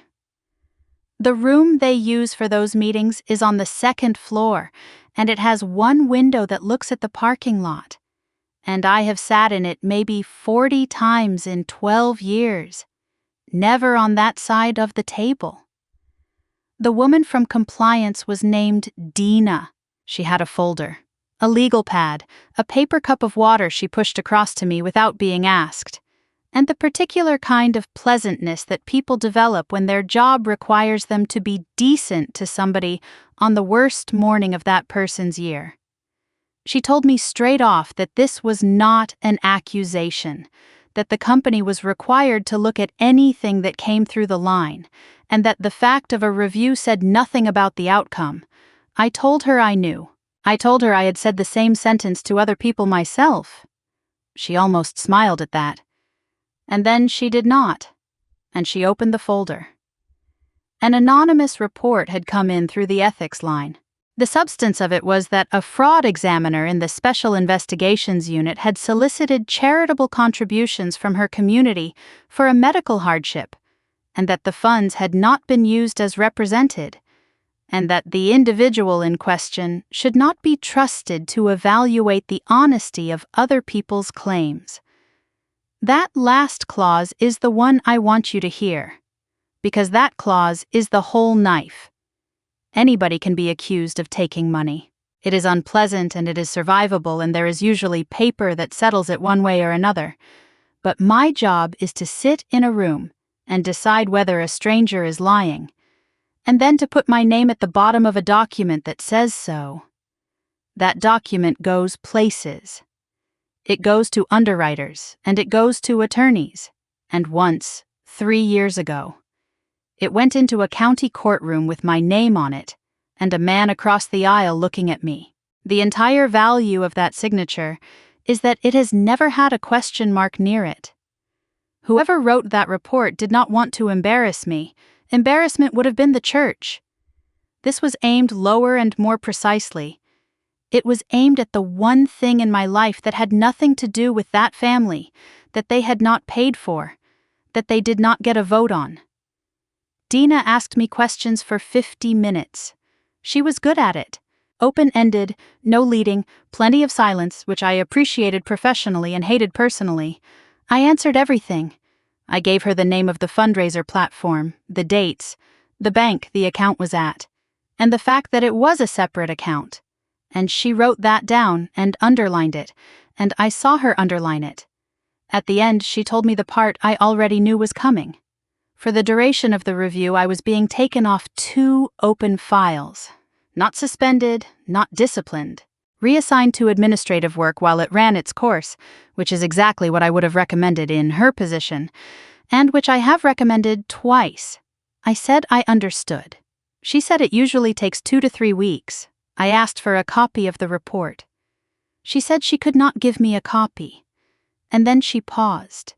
And then she told me the date and the time it had come in, because a date and a time are not the contents of a report, and she knew that, and I knew that she knew. Tuesday, 10:40 in the morning. I said thank you, and I went back to my desk and sat down and looked at my monitor for a while without turning it on. Junie came over at some point and stood there and did not ask. After a minute, she said, "Was it about the fundraiser? I said it was..." She put her hand flat on the top of my cubicle wall and left it there, and I could see her working out how much of this was hers. Because she had set the thing up and I had told her to take it down, and she had said no. "Do not," I said. "I have not said anything. You are about to..." She took her hand off the wall. "Fine," she said. "Then I will say something useful instead. Whoever did this had to look up who we report to. Nobody in your family knows what a Special Investigations Unit is." I said somebody had learned. Here is what I felt. and it was not what I expected. The whole way up those stairs, I had been braced for humiliation. That is what I had prepared for. Everybody in that building knew where that room was and what it was for, and there is no dignified way to walk out of it. But sitting at my desk afterward, what I actually felt was almost dead calm. And underneath the calm was a single, very cold thought. Somebody had gone looking for the ethics line. That line is not on the website. It is not in a directory. It is a number and a web form that exist for employees and for people who have had claims handled by us. And to find it from outside, you have to want to find it. You have to search and read and figure out which department it goes to. And then you have to sit down and compose several paragraphs of specific allegations about a specific person's specific job. That is not a person who lost their temper. That is a person who did research. I turned the monitor on. I opened a blank document, and at the top of it, before anything else, I typed the only 3 words that mattered to me at that moment. Tuesday, 10:40. I did not wait. I want to say that clearly, because I know what this kind of story usually sounds like. The quiet one absorbs it. She takes it for years. She holds her tongue through every holiday and every phone call. And then, somewhere near the end, there is a room and a speech, and everybody finally sees. That is a good story. It was not what I did. I went home that Monday night, put the kettle on, cleared the table, and started building the file at 7, and finished at 1:45 in the morning. And by the time I went to bed, the thing was done. 3 parts. It is always 3 parts. The first part is the timeline, and the timeline is the spine. Not a summary. Dates in a column. 1 line per event. No adjectives. The date Junie opened the fundraiser. The date each of the 61 contributions landed. The date I opened the separate account, 4 days before the first dollar moved into it. And that ordering matters more than anything else in the document. Every withdrawal and what it paid. Surgery, discharge, every clinic visit, 14 a month for 3 months. The date I generated the September statement and the date I mailed it, the date Margot's message came in, and at the bottom, Tuesday, 10:40. The second part is the reconciliation. Money in against money out. Line by line. 4 categories. Running balance in the right-hand column. $4,200 in, $4,167 out, $33 sitting in that account to this day, because I would not spend it on anything that was not on the list, and there was nothing left on the list. Every outbound line tied to a scanned receipt with a file name that matched the date. I had been doing that for 11 months without anyone asking me to. The third part is the list of people who can independently confirm it. The pharmacy, the billing office at the medical campus, the lab, Junie, who opened the thing, and 2 relatives who had received the September statement in the mail and could say so. And I put their names down, knowing perfectly well that one of them had spent December agreeing with my mother at coffee hour. It took 7 hours. It was the calmest 7 hours I had spent in a year. I should say why, because from the outside it probably sounds like a person coming apart at a kitchen table at 1 in the morning. It was the opposite. For 4 months I had been living inside a story about myself that I could not touch. It was in rooms I was not in. It changed a little each time it got repeated, and there was no version of it I could pick up and turn over. You cannot answer smoke. A written allegation is not smoke. A written allegation has a date on it and a set of claims, and claims are the one thing in this world I know how to take apart. The minute it went into a form and got a timestamp, it stopped being a rumor and became a file. And I have never once lost to a file. That was the whole of it. They finally put it in writing, and writing is my house. And somewhere in the 5th hour I stopped and looked at the top line of the timeline again. The one I had typed at my desk that afternoon. Tuesday, 10:40 in the morning. Think about what that time of day means. Not 11 at night, after a bad conversation and 2 glasses of wine, when a person does something they regret. not a Sunday. Sitting in a pew, being reminded of something. Not the middle of a fight. 10:40 on a Tuesday, mid-morning, midweek, coffee already made, the workday underway. Whoever wrote it sat down at a keyboard during business hours, found a form that is not easy to find, and composed several paragraphs of specific allegations, in order, with a request at the end that I be reviewed for fitness. And here is the part I need you to sit with, because it is the only piece of expertise I have that is worth anything to you. There is an enormous distance between a person who is angry and a person who has picked a time. Anger is a Friday night. Anger is a text you can see the shape of before you open it. Anger is loud and it is sloppy, and honestly, it is survivable, because the person doing it will usually be tired of it in a month. The other thing is calm. The other thing has a calendar. The other thing waited for a morning when nobody would be around and the coffee was hot, and it took its time on the wording. If somebody in your life has ever done something to you at 10:40 on a Tuesday, you already know the difference in your body, and you have probably spent years being told you are overreacting to it. Tell me in the comments. I mean it. Tell me the thing that was done to you on a Tuesday morning, because I would like the people watching to see how many of us there are. And stay with me, because 2 days after that night at my kitchen table, my own doorbell rang. And the thing that had been done to me on a Tuesday came and stood on my front step and said it out loud. Subscribe, so the next one finds you.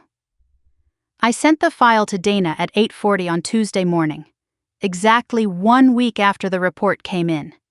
Then I went back to the administrative work they had given me, and I did it well, because that is the only kind of answer I have ever known how to give. The chime went off on my phone at 4:20 on a Thursday afternoon, and the little rectangle came up, and there they were. Sawyer in the middle of my step, no coat, arms folded because it was 31 degrees and she had parked in the driveway and walked 11 feet. Trevor a half step behind her and to the left, in a work jacket with the company name on the chest, hands in his pockets. I did not open the door strategically. I did not think about the camera. It had been over that door for a year and 4 months and had become part of the house, the way a smoke detector becomes part of a ceiling. It has a small blue ring around the lens that lights when it records. And by then I had stopped seeing it the way you stop seeing a light switch. I opened the door because my sister was on my step and I had not seen her face in 17 months. She started warm. That is the thing about Sawyer that people outside our family never believe. She is not cold. She is enormously, sincerely warm, right up until warmth stops working. And the switch between the two is so smooth that you can end up questioning your own memory of the first part. She said she thought it was silly, all of this. She said it had gotten away from everybody. She said Mom was worn out over it and Aunt Doreen had asked her about it twice at church and she was tired of being in the middle. I said I had not put anybody in the middle. She said that was the thing, that it did not matter who started what, that what mattered was that it stopped, and that if I would just say something to the church group, one thing, that it had been a misunderstanding and there were no hard feelings, then everybody could let it go and we could all get on with it. I asked her to be specific about what I would be calling a misunderstanding. That is when it turned. Not loudly. Her jaw set and her voice went flat and quick, and she said, well, all of it. The wedding, the money, all of it. I said I was not going to stand on my own porch and tell a church group that my medical bills were a misunderstanding. And Trevor, behind her, said her name, just her name, one syllable, low, the way you would say it to somebody about to step off a curb. She did not look at him, she said. And I am going to give you this one, close to how she said it, because it is the sentence the entire back half of my life turns on. Rosalind, what do you actually have to lose here? I said what? No. Think about it, she said. You have your job and you have that old woman at the dialysis place. That is the whole list. Nobody is talking about you at the ball fields. Nobody is going to look at you funny at the store. It does not touch you. It touches all of us. So you can afford to be the one who lets it go because there is nothing on your side of it. The porch light was on. I could see her breath. I did not say anything. That is the part I am proudest of, and it is also the part that took the most out of me. 12 years of interviews teaches you exactly one thing worth having, and it is this. When a person begins telling you what your life is worth, do not interrupt them. Do not correct the record. Do not defend the old woman at the dialysis place. Say nothing. Keep your face still and let them finish. Because a person who is not interrupted will always go one sentence further than they meant to. She said that it was not as if I had anybody depending on me. And then she said that Mom had been carrying this for months on top of everything else, and it was not fair to her. Then she stopped, because she had run out. And there was that particular silence where somebody hears the last thing they said arriving in their own ears. I told her I was cold and I was going in. She said, "So that is a no." I said it was a no. She said something short as she went down the steps. And Trevor said her name again. And she got in the car, and Trevor stood in my driveway for about 3 seconds looking at the ground before he followed her. 4 minutes and 11 seconds. Start to finish. Both of them facing the door the entire time. Both of them looking directly into a small black hemisphere with a blue ring around it, mounted at eye height, 6 inches from the frame. I did not tell them it was there. I want to be honest about that. I also did not hide it. There was no hidden anything. It was on my house, in the open, at eye level, for the same reason it had been for a year and 4 months, which is that a woman recovering from abdominal surgery is not supposed to run to her own front door. I went inside. I sat down on the couch with my coat still on, and I did not open that recording for 3 days. Margot called on the Sunday. Not a text, a call, which she had never once done in her life. She got through about 9 words of hello before she said she had something, and she had been sitting on it for 3 weeks, and she did not know if sending it made her a good person or a coward. And could I please not decide which until after I watched it? Then she hung up and it came through. It is 1 minute and 40 seconds of vertical phone video, shot from the second table back at a wedding reception, in that yellow light those places have. For the first 50 seconds it is nothing. A room, people at tables, somebody's uncle doing a thing with a napkin. Margot is filming because the band is about to start and she wants a few seconds of the room, the way everybody films a few seconds of a room. Then the volume comes up because somebody hands my sister a microphone. She is not making a speech. That is important. The speeches were over. This is the loose part of the evening when the microphone is on a stand and people wander past it, and she picks it up to say a thank you to the caterer. And she does say a thank you to the caterer. And then, on her way to handing it off, she adds a line. She says that she wants everyone to know that not a single person let her down tonight, that every person who matters showed up, and that anybody who chose not to be here can watch it on somebody's phone tomorrow like everybody else. And there is a laugh, not a huge one, a ripple, the size of a table and a half, the kind of laugh that agrees, and a woman's voice off camera says, "Oh, Sawyer, fond, not scolding, fond." The video has a timestamp burned into the corner by the app Margot used, and it says 10:52 in the evening. I did not have to look up where I was. It is on my discharge summary, and I have read that page more times than any page in my life. I was moved out of recovery at 10:12. My first set of vitals on the floor was taken at 10:35, and I know that because Ozella wrote it in the notebook in ballpoint, in her hand, with the time next to it, because she had already started that habit with me before I could hold a pen. 10:52 in the evening, 40 minutes. 40 minutes after they wrote my blood pressure down for the first time with a new organ in me, in a room 11 miles from that barn. My sister took a microphone and got a laugh out of a table and a half of people who had known me since I was born. Here is what I want to tell you about watching it, because it surprised me. I was not shocked. I have thought a lot about why. The nearest I can get is this. Every day at work, I open a file where the numbers say one thing and the story says another. And I sit with it, and I turn it, and I look for the piece that makes them agree. Sometimes it takes weeks, and when it finally lands, when the one document turns up that makes the whole file make sense, there is a feeling that goes through you, and people outside the job assume it is triumph. It is not. It is a kind of quiet, terrible relief. It is your shoulders coming down.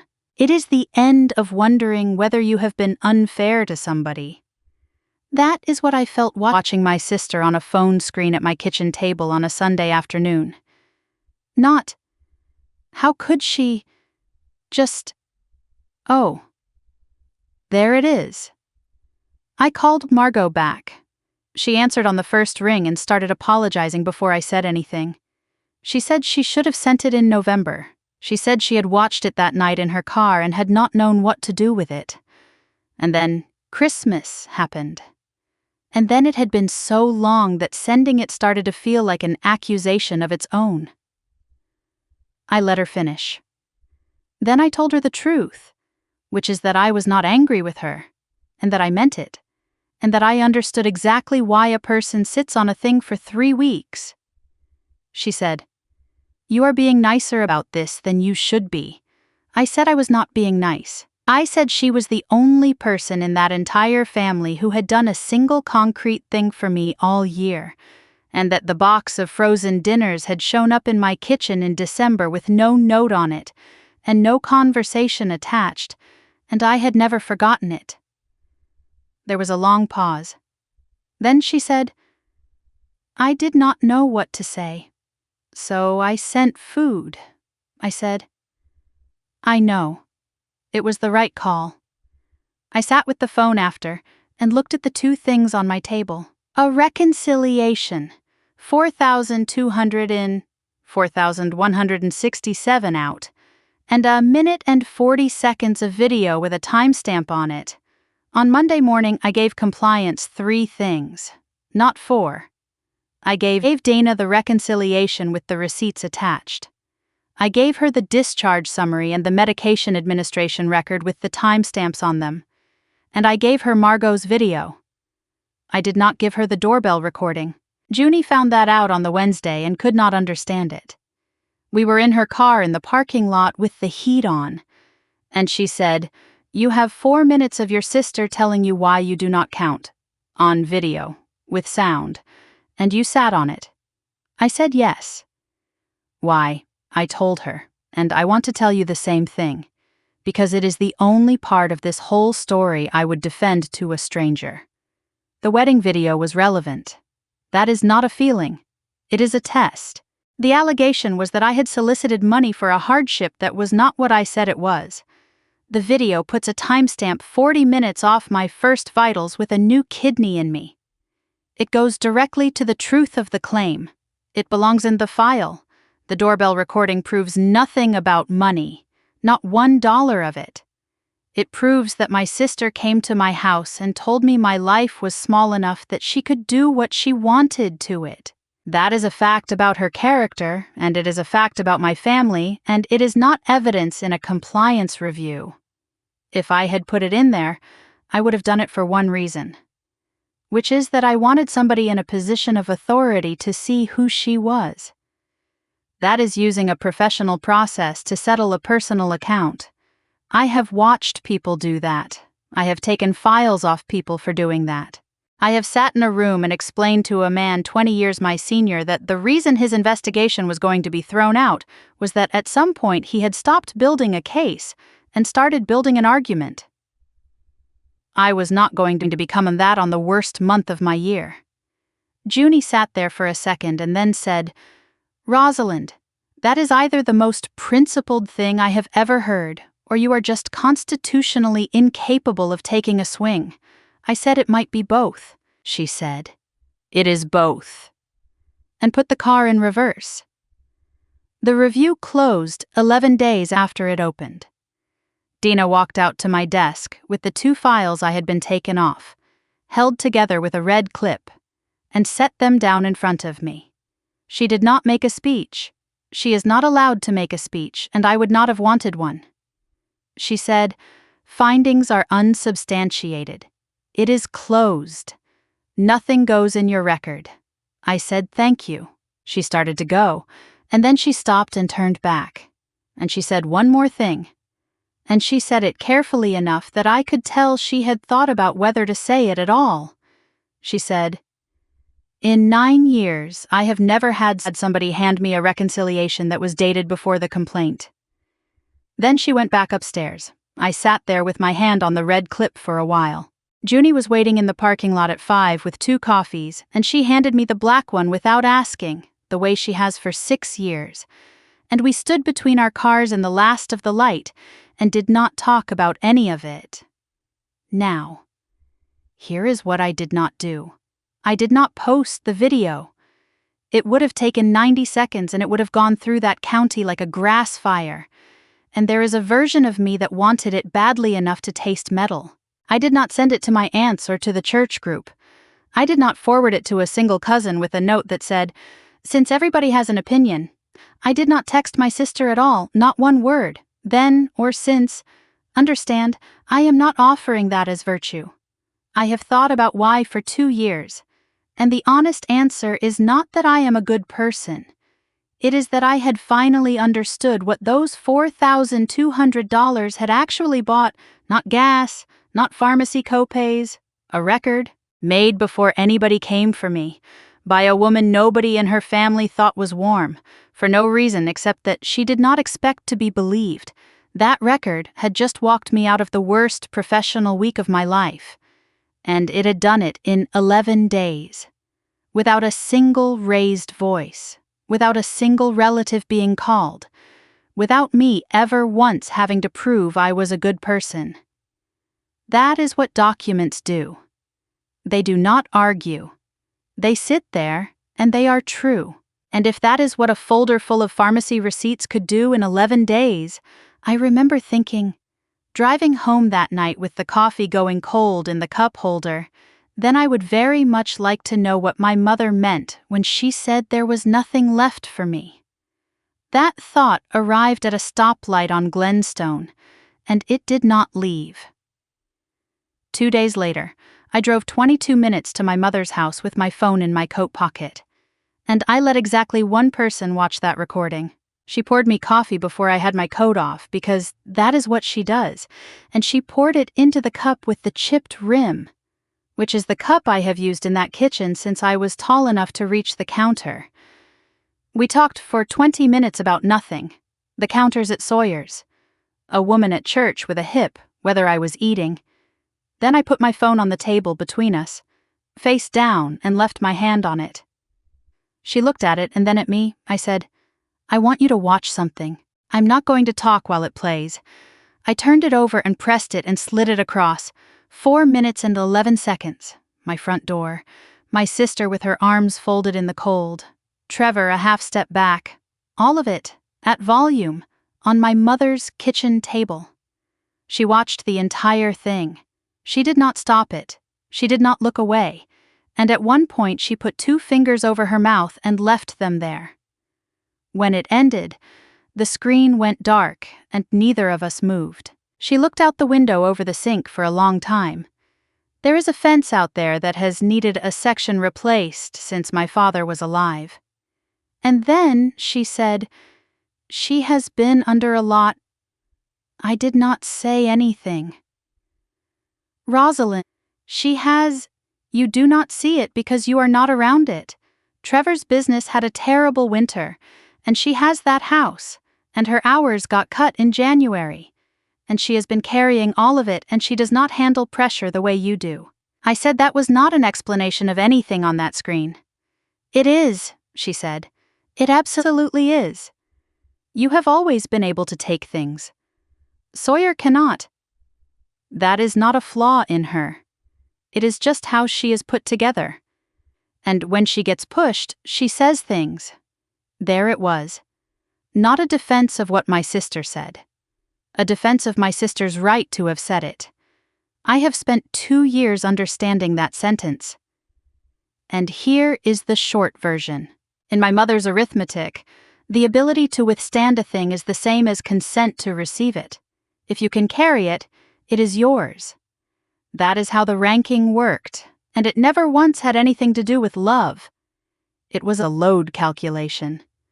So I asked her the question I had driven 22 minutes to ask. I asked it quietly, and I did not lead into it. Which is a thing you learn, I said. Mom, 2 years ago I asked you for $6,800. Why did you say there was nothing left for me? And she came apart, and it happened faster than I have ever seen it happen with anyone. She said, "Oh, do not start. I waited. Do not you dare sit at my table and start on that money." I waited. And she said it. She said it the way people say things when they have been holding a sentence so long that it has worn a groove. You were paid. Rosalind. Dale paid you out 7 years ago. Do not act like you got nothing. The refrigerator was running. It is the same refrigerator, I said, in the exact voice I use across a conference table. Paid out of what? And she said, your father's trust. Both of you got your half. You signed for it. Dale has the paperwork. Now I want you to hold on to 4 facts. Because I have had 2 years with them, and I still have to say them slowly. I have never received $1 from any trust of my father's. I have never signed a document for my Uncle Dale in my life. Nobody in that family had ever, in 12 years, said the word trust in front of me. And I did not know, until that afternoon at my mother's kitchen table, with a cup with a chipped rim in front of me, that my father had left one at all. I did not say any of that out loud. I want to explain why. Because it is going to sound like fear, and it was not. It was the oldest reflex I have. When a subject hands you something they did not mean to hand you, you do not react. You do not correct them, and you do not show them what they have done. Because the second they see it, everything after that gets careful, and careful is where the truth goes to die. So I looked at my mother across a table I have eaten at my whole life, and I said the 2 words I have said to that woman my entire life.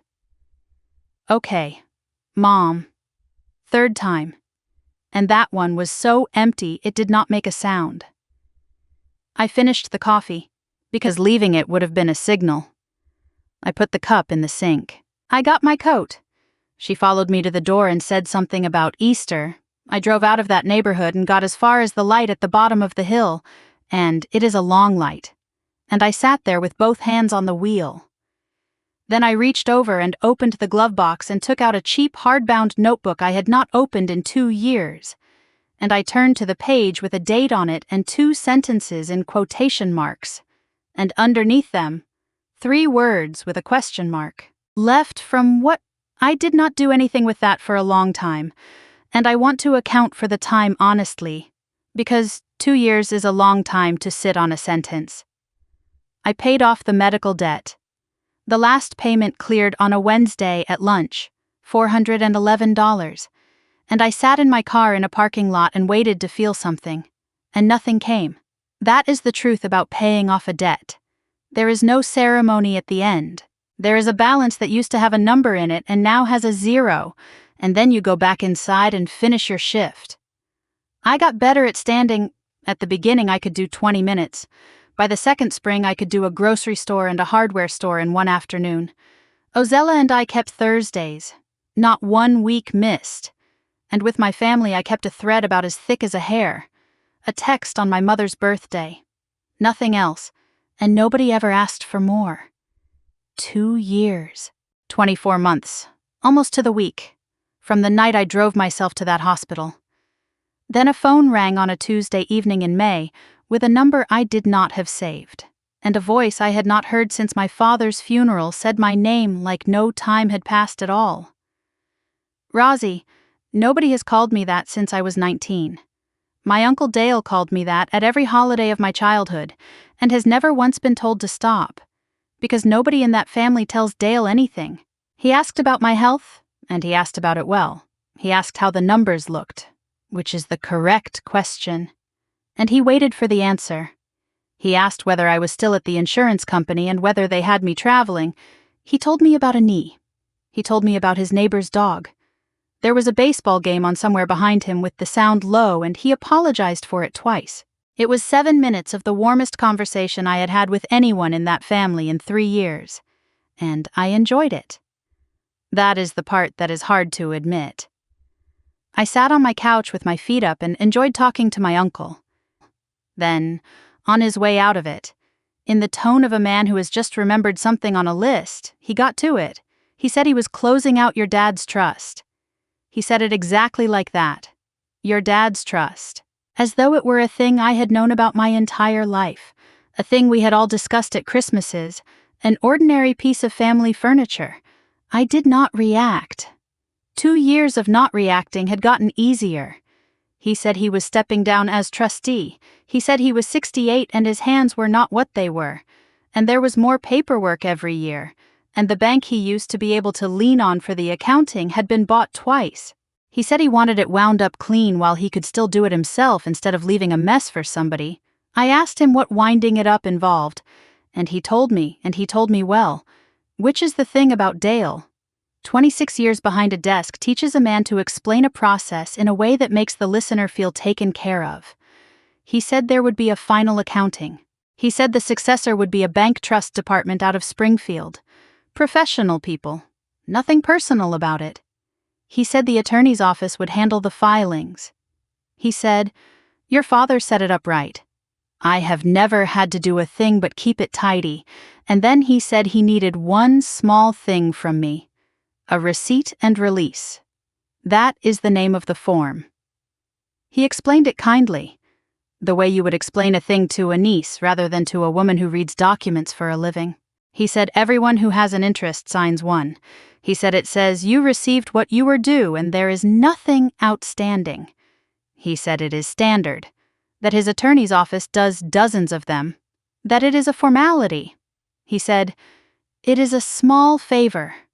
Rosie, 15 minutes and a pen." I said, "Sure." Then I said the sentence I have said, perhaps 4,000 times at work, in the exact same voice, which is flat and mildly bored and entirely without weight. I said, "Can you send me the accounting first?" There was a pause on the line. I have listened to a great many pauses. There are kinds. There is the pause of a person doing arithmetic. There is the pause of a person deciding how much to say. And there is a third kind, the shortest one, which is the pause of a person who has been running something for a long time and has just been asked a question that nobody has ever asked them. That is the one I got, maybe a second and a half. Then he said, "Of course, absolutely. I will get that out to you." And he was warm again immediately. And he asked whether I would come to Sunday dinner in a few weeks. And he said it had been too long. And he said my mother would like to see me. I said I would think about it. We hung up. I sat there for a while with the television off. Here is what I knew, sitting on that couch, and it was not much. I knew there was a trust, because my mother had said so in a kitchen 2 years earlier when she was angry. I knew that according to her. I had been paid out of it 7 years ago and had signed for it. I knew I had not. I did not know how much. I did not know when it was created or what it was funded with.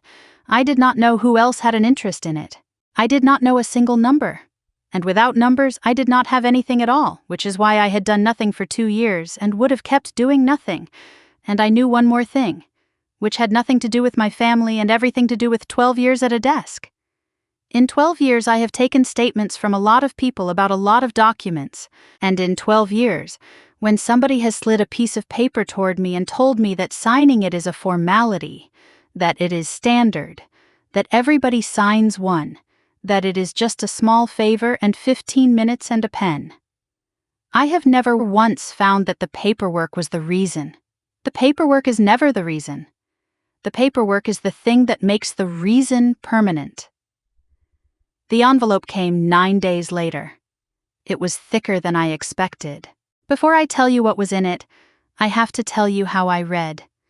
Everyone reads a document front to back, top to bottom, because that is how we were taught. That is exactly backwards for finding a lie. You go to the numbers first, and you go to the last page first. Because the last page is where somebody has already decided what you are supposed to conclude. Then you work up. Then, and only then. You read the words, and by that point the words cannot do their job on you, because you already know what the numbers say. So, on that Friday night, I cleared the table and put the lamp where I wanted it, and started at the back. The trust was created 11.5 years ago, 6 months after my father died. It was funded with 2 things: the proceeds from the sale of the machine shop, and a life insurance policy I had never heard of, $286,000. I read that number, and I sat back in the chair. I want to be careful about how that felt, because I know how it sounds. It is not a fortune. It is not a house on a lake. In this part of Missouri, it is a modest, ordinary amount of money, and that is precisely why it hit me the way it did. It was exactly what my father would have left. Not a windfall. A number a careful man arrives at by working 41 years and paying a premium every month. 2 beneficiaries, his 2 daughters, equal shares, $143,000 each. I sat in my kitchen and did the only arithmetic that mattered to me, and it took about 4 seconds. $6,800. That is what I had asked my mother for. That is the number I had put in a spreadsheet and read back to her in a flat voice on a Thursday morning, while she told me there was nothing left for me. 6,800 out of 143,000. 4.75% of my own. I got up and walked around the kitchen once and then sat back down and kept reading, because that is the only skill I have. Then I got to page 11. Page 11 is a receipt and release. Same form Dale had described to me on the phone in May, the standard one, the one everybody signs. It is 1 page. There are 4 paragraphs of boilerplate and then a line. It is dated 7 years ago, the 11th of September. It says that the undersigned beneficiary acknowledges receipt of $143,000, being her full and final share, and releases the trustee from any and all claims arising from the administration of the trust. And under the line, in blue ink, is my signature. I looked at it for 3 seconds, and I knew. I am going to tell you what I saw, and I am not going to dress it up, because this is the one place in this story where the thing I am good at is the only thing that matters. My name has 14 letters in it. The first stroke of the R in my signature is short, and it comes up steep, because I write it fast, and because my father wrote his the same way. Whoever made that signature drew the R tall and started it wide, the way you do when you are looking at a model. The letter D in Rosalind. I do not close the loop. I have never closed it. My father did not close his, and I did not learn to. The D on that page is closed, cleanly, all the way around. And the slant. My signature is not evenly slanted. Nobody's is. It leans harder at the start and it flattens by the end, because a hand running on habit is accelerating. That name on page 11 leans at the same angle from the first letter to the last, like a picket fence. And there is only one way a hand produces that. And it is by going slowly and looking back and forth. Slow leaves pressure. You can see the pressure if you hold the page at an angle to the lamp. And I held it at an angle to the lamp. And it was there. That signature was drawn. It was drawn by somebody with my real signature in front of them. And they did a careful job. And careful is the tell, because I am not careful when I sign my own name. Nobody is. I set it down and put both hands flat on the table. And then I noticed the second thing, the thing that ended up mattering more than the signature ever could. Bottom right corner. A notary block. Printed name, commission number, and a round embossed seal that had come through the photocopier as a gray ghost with the lettering just legible if you turned it to the light. Bethan Ostrander. I sat in my kitchen at 11 o'clock on a Friday night and heard my mother's voice, on a phone, in a parking lot outside a dialysis center, 3 years earlier, listing the reasons she could not come to a caregiver session. Bethan from the church still has to come by and get some papers notarized for her. I had heard that sentence and let it go past me. Everybody lets sentences go past them. That is what a sentence is for. It had been sitting in the back of my head for 3 years, paying nothing, waiting, and I heard my mother's other voice too, from a plastic chair in a dialysis suite, watching me sign a consent form with an open loop on the D. You got your father's hand. Page 12 is where the money went, and page 12 is the reason I did not sleep that night. I expected a hole. When somebody takes money out of a trust, the picture in your head is a single large withdrawal on a single date. The day the man decided. There is no day. That is what I want people to understand about this, because it is the part that makes it real, and it is also the part that makes it worse. It came out in pieces over 7 years. The first one is 9 years ago. $22,000, labeled as an educational distribution. That is Sawyer's last 2 years of tuition and fees, coded correctly. Under the terms my father wrote, an educational distribution to a beneficiary is allowed. That one was legitimate. It came out of her half, and it is accounted for as her half. So the first line is clean. That matters, because a thing that starts clean is how a man gets comfortable. 8 years ago, there is a line called Family Advance. 14,000. No further description. 7 years ago, there is a line for 31,000, and the memo says Down Payment Assistance. And I know what house that is, because I have driven past it, and I know what it looks like inside because it was photographed for a real estate listing 4 years ago, and the listing is still online. Then there is the wedding.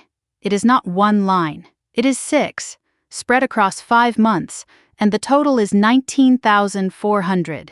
And then, running underneath all of that from about 6 years ago to about 3 years ago, there is a series of withdrawals with no memo at all.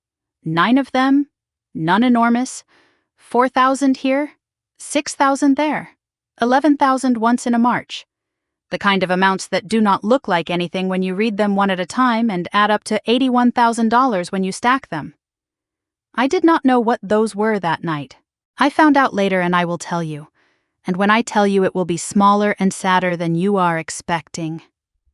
And then, on the 11th of September 7 years ago, there is a single line that says, the whole remaining share was distributed to the beneficiary in full. And it points to page 11. And page 11 has a drawn signature on it and a notary seal. After that date, in the accounting, I do not exist. That is not a figure of speech. I went through every page after page 11 twice with a ruler under the lines.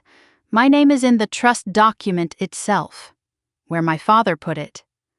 After the 11th of September 7 years ago, it does not appear again in any entry, any statement, any note. That is how these actually work, not with a shredder. One clean page inserted in the right spot, early, and then 7 years of ordinary bookkeeping laid down on top of it like flooring. Every statement internally consistent, nobody with cause to look. Now here is what I did next. And it is the thing I have not been able to put down since. I built a second column. On the left, I put the trust distributions by date. On the right, I put my own life by date, from a folder in a plastic bin in my hall closet. Because of course I have all of it. The diagnosis, the first dialysis session, The date I emailed the transplant coordinator asking whether a support person could be someone who was not a relative. And the answer, which was yes. Absolutely. And which arrived 11 months before I ever needed it. And which I had read and understood and had done nothing with. Because I still wanted it to be my mother. The surgery, the discharge, the date of the spreadsheet I sent asking for $6,800. And then I lined the 2 columns up. In the month I asked my mother for $6,800. That trust still had a balance of $34,100 and change, not my share. My share was gone by then, on paper, 7 years earlier. This was what was left of everything. $34,000 sitting in an account with my father's name on the top of it. On the day my mother stood in a kitchen and told me there was nothing left for me. I need to be careful here and say exactly what I know and what I do not. Because I have spent 12 years insisting that other people do that. My mother did not sign anything. There is no document anywhere in this story with her name on it. She was not a trustee. She had no authority over $1 of it. What she had was knowledge. She knew there was a trust. Because she told me so herself when she was angry. She knew Sawyer's tuition had come from somewhere. She knew about the down payment, because she talked about that house for a year. She knew what a wedding costs, and she knew where the deposits came from. And for 7 years she did not ask her brother one question. Not when the house got bought. Not when the wedding got bigger. And not in a January when her 32-year-old daughter, 10 weeks out of a transplant, sent her a 1-page spreadsheet with a total at the bottom of it. I sat at that table at 2 a.m. and I wrote 1 line in the black notebook, and it took me 4 tries to get it to say what I meant. There is a kind of complicity that never has to sign anything. I brought it to Ozella's on the Thursday. 3 folders, rubber-banded, on top of the casserole dish. I set them on her kitchen table next to the plates and talked for 11 minutes without stopping. The accounting. The 9 unlabeled withdrawals, the $34,000, the signature with the closed loop. I was not upset. I was extremely organized, which anybody who knows me will tell you is the same thing. She let me get all the way to the end of it without saying one word. Then she pushed her plate a few inches away from her, folded her hands, and did not look at the folders once. "Rosalind," she said, "where does it hurt?"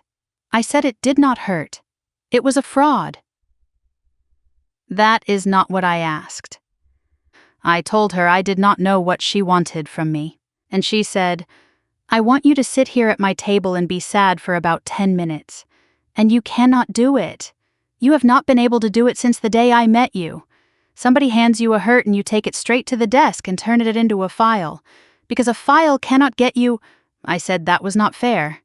"It is not," she agreed. "But it is true, and you can have fair or you can have true." I told her that the file was the only thing that had ever worked.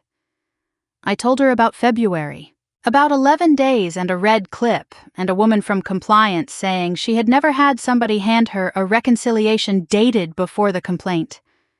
I said, "That is not avoidance. That is the only weapon I own." And she said the thing I have not been able to put down since.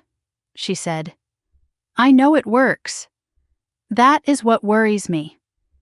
You were 22 when your daddy died, and somebody in that house should have sat down with you and let you be 22. And instead you started keeping records. You have been keeping records for 12 years. And now you are going to walk into a room with 3 folders, and you are going to win. And honey, you are going to win. I have no doubt about it at all." She reached over and put 1 finger on the top folder. "And then what?" I said I did not understand the question. "When that is over," she said, "and you have your money and you have your apology and every one of them knows exactly what they did. What is different? On the Thursday, after, what do you have then that you did not have last Thursday?" I said something short.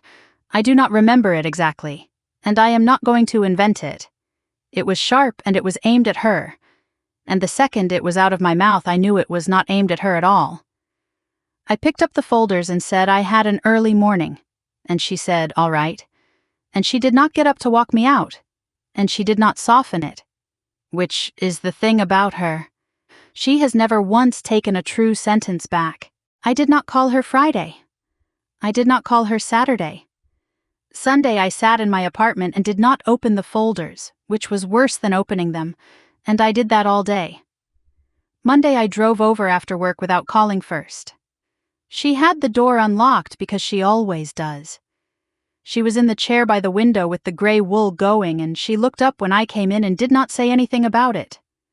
I sat down across from her and I said, "You were right." She said, "I know." I said, "Do you want to hear which part?" She said, "Not particularly." And then she pushed the plate of whatever it was across the table at me.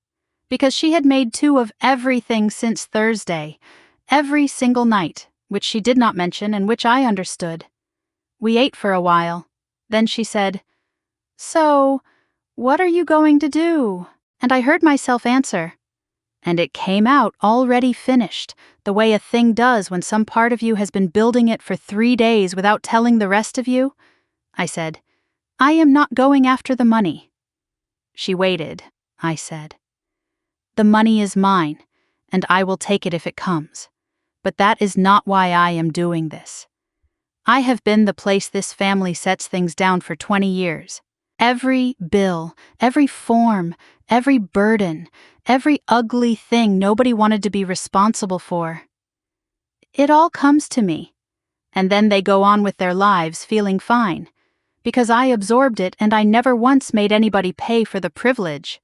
I said, "I am not going in there to get paid. I am going in there to stop being the reason none of them ever has to." Ozella put her fork down. She said, "Well, all right, then," and picked her knitting back up. And that was as close to approval as I have ever gotten from that woman. And I have never needed more. On the drive home, my phone rang. A Springfield landline I did not know. "Is this Wendell's oldest?" I said it was. He said, "This is Ike Brumley. I ran your dad's lathe." I told him I remembered him, and he said, doubtfully, that he did not know why I would, and I said because he stood on the porch through the whole funeral and would not come in, and there was a silence on the line, and then he said, "Well, he asked if I had 10 minutes sometime. We met at a place on Kearney Street that has been a breakfast place since before I was born, 4 blocks down from where the shop used to be. He was there when I got there, in a booth by the window, with a cup of coffee he had not touched and a paper grocery sack folded over twice on the seat beside him. He is 70. He has the hands you would expect. There is a line of black in the creases of his knuckles that has been there so long it is part of the skin, and he has not turned metal in 10 years. He asked how I was doing and meant it and did not know how to do more of it than that. So after 90 seconds, he put the sack on the table and pushed it toward me. Inside was a green spiral notebook. The cover was curled at the corner, the wire was mashed flat in 2 places, an old brown oil stain sat across the bottom third of the front, the shape of a thumb. He said he had taken it out of the desk drawer the week after, when they were clearing things, because it was the only thing in there that was his, meaning my father's. He corrected himself, and it came out wrong the second time too, and he gave up. I asked him why he never gave it to my mother. He looked out the window at the parking lot for a while. He said, "I brought it to the house. Day of the funeral. I had it in my truck. I said I knew because I remembered where he stood." And he said, "I got to the porch and I could hear your uncle inside, going through the man's papers on the dining room table with everybody eating, and I thought, no." Then he said, "That is the whole reason. I have had it in a drawer for 12 years, and that is the only reason I have. I opened it at the table. It is a machinist's book, unreadable to anybody who was not there. Stock sizes, prices per foot with a date, a phone number with no name, a column of figures added up twice and crossed out once. I went through it page by page, and Ike drank his coffee and said nothing at all, and I want to thank him here for that. Page 41. Different pen, blue instead of the black he used for shop work. which means the notebook was on a table and not in a pocket when he wrote it. At the top, the sale price of the shop, with the buyer's name next to it. Under that, a policy number and an insurer and a figure. Under that, added, with a line drawn under the total, the way he drew a line under every total in that book, 286,000. And under the line, in his hand, one sentence, split it even.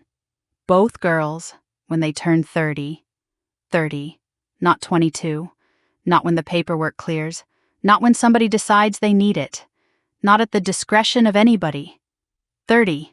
I was 22 when he died, and Sawyer was 17, and he sat at a table somewhere with a blue pen and thought about 2 young women he was not going to see again and picked an age. He gave us 8 years to become people first. Nobody ever told me. In 12 years, at every holiday, in that house, with all of them, nobody said one word. I closed the notebook and looked at the parking lot for a minute, and Ike let me. Then I turned to the last written page, because I always go to the back. It is not shop work. It is 4 lines in the blue pen, and it is dated, and the date is 11 days before he died. I read it twice and put the notebook flat on the table and put my hand on it. I am not going to read you what my father wrote there. Not because it is dramatic, because it was not written to be read. Everything else you have heard from me was paperwork before it was anything. That page was the one thing my father never intended to become a record, and it is going to stay that way. I will tell you this much. It is about the shop, and about being tired, and there is one line in it about his daughters that answers a question I had been carrying since I was 22 without knowing it. If you are watching this, and there is something of somebody's in your house that you have never handed over, an envelope, a box, a book in a drawer, because you did not know who it belonged to, and it felt too late to ask. Give it to them. 12 years that notebook sat in a drawer 8 miles from my apartment. Ike is 70. There is a version of this where he dies first. A nephew cleans out the shed, and that page goes into a dumpster in Greene County. And I never know. Somebody watching has that thing in a closet right now. Take it over there this week. Subscribe, because in 6 days I walked into a house in Nixa already knowing what would be sitting at the end of the table. Ike walked me out to my car. He shook my hand at the door the same way he did 12 years ago. He said, "He would have hated all this." I said I knew. Corinne Vaughn's office is on the 2nd floor of a converted house on Cherry Street with a stairwell that smells like old paper and window air conditioning. I found her by reading the bottom of the trust instrument. There is a firm name on the last page. That firm closed 9 years ago when the man who ran it died, and when a small practice dies, the files go somewhere. And these went to a woman who had been an associate there in the 90s. She had a banker's box on her desk when I walked in. It was already open. I want to be precise about the order of things, because it matters. I did not have to convince her of anything. She had pulled that file 3 weeks before I ever called her.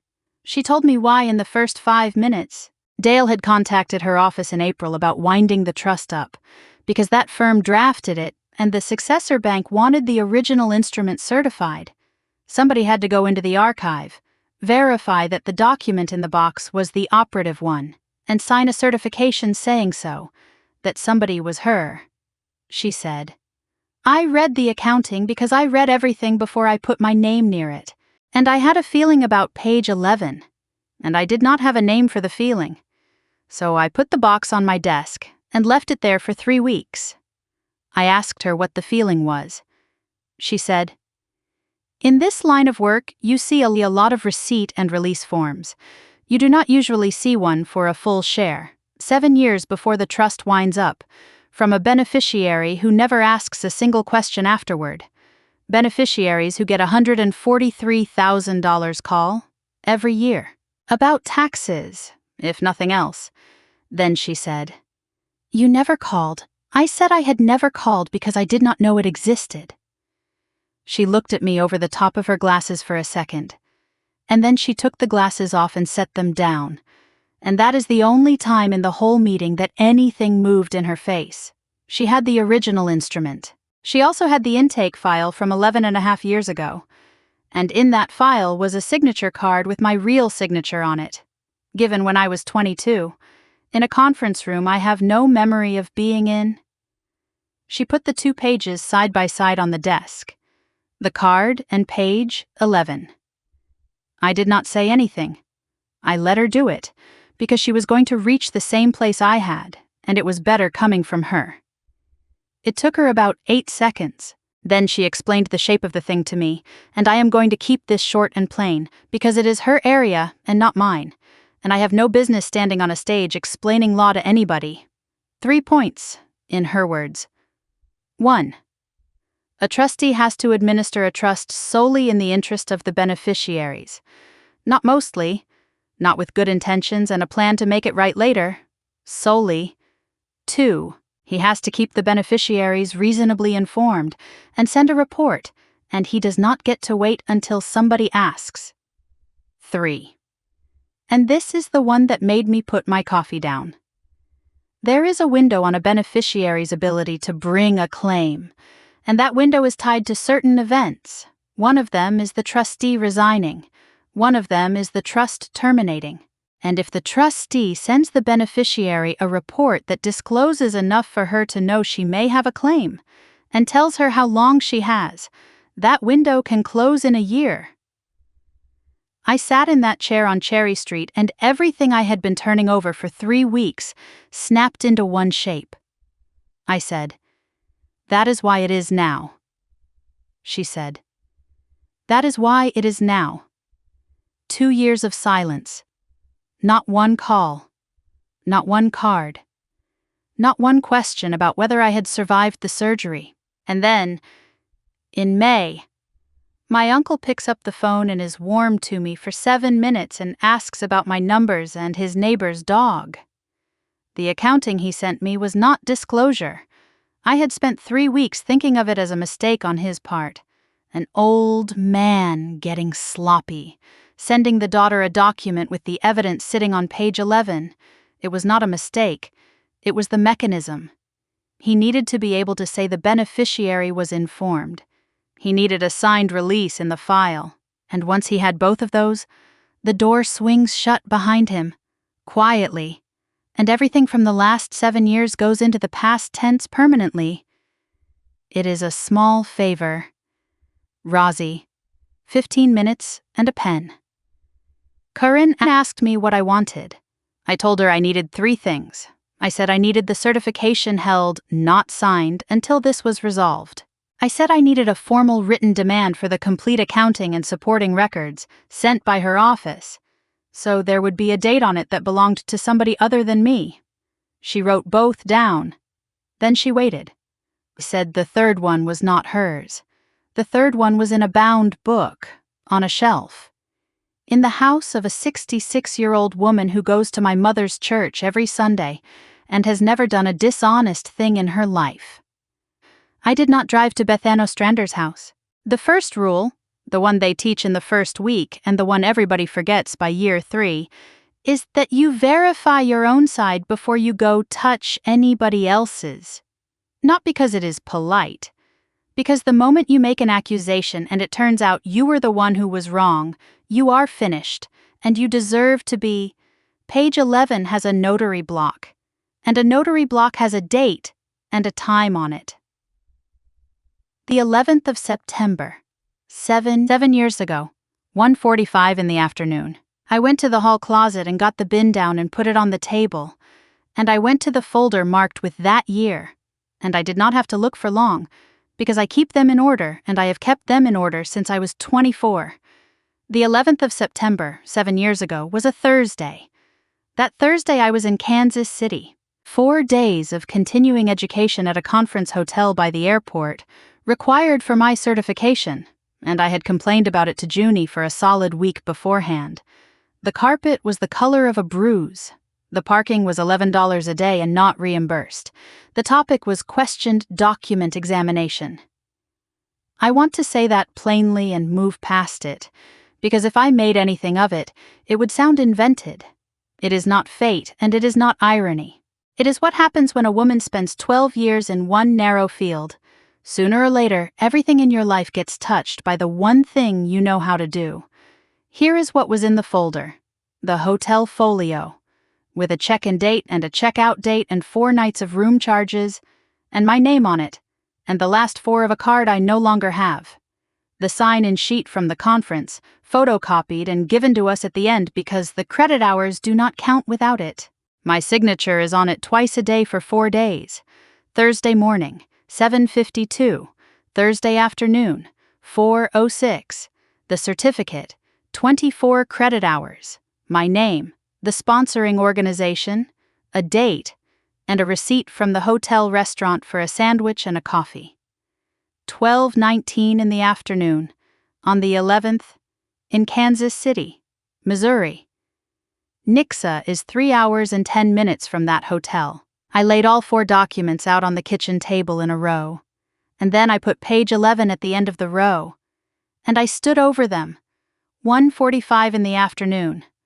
At 1:45 on that Thursday, I was in a windowless conference room 200 miles north of Nixa, Missouri, listening to a man from Illinois talk about pen lifts and pressure patterns, and at 4:06 I signed my own name on a sign-in sheet with an open loop on the letter D, the way I have signed it my entire life.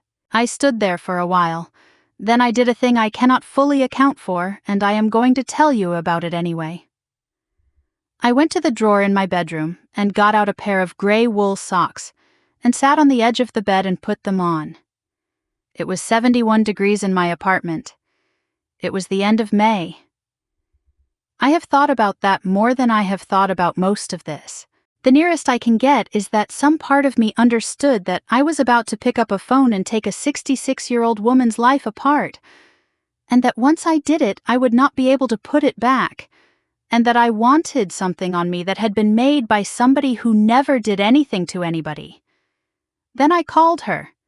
She answered the way older women in that county answer, with the number instead of hello. I told her my name. I said I was Wendell Keever's older daughter, Charlene's girl, and I heard the pieces land on her end because she said, "Oh, of course." In that warm way, I said I had a question about a document she notarized 7 years ago, and that it was not urgent and it was not a complaint, and that I would rather ask her than ask anybody else. The television went off on her end, mid-sentence, somebody turning a volume knob all the way down in one motion. She said, "All right." I asked whether she still had her journal from that year. 4 seconds. I have listened to thousands of pauses. 4 is a long one.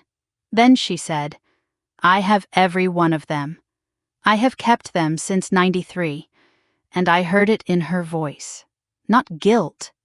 I have heard guilt on a phone, and it moves differently. It gets busy, it starts explaining things nobody asked about." This was the other one. This was a person who has just been asked a question by a stranger and understood, in the space of that question, that something is wrong somewhere behind her, and does not yet know what it is or how far back it goes. She said, "Why?" I said I would rather show her than tell her, and I asked if I could come by. She said Sunday would be difficult. She said she had been asked to come to a family dinner out in Nixa on Sunday afternoon to notarize something. 3 days later, the text from Dale came. It said the family was getting together Sunday, that my mother would be there, and that he would have someone there to handle the notary end so we could take care of it all at once and be done. I want to tell you what I did with the 3 days, because I think people imagine that a person in my position spends them rehearsing. I did not rehearse. I made a decision about what to bring, and then I did not touch any of it again.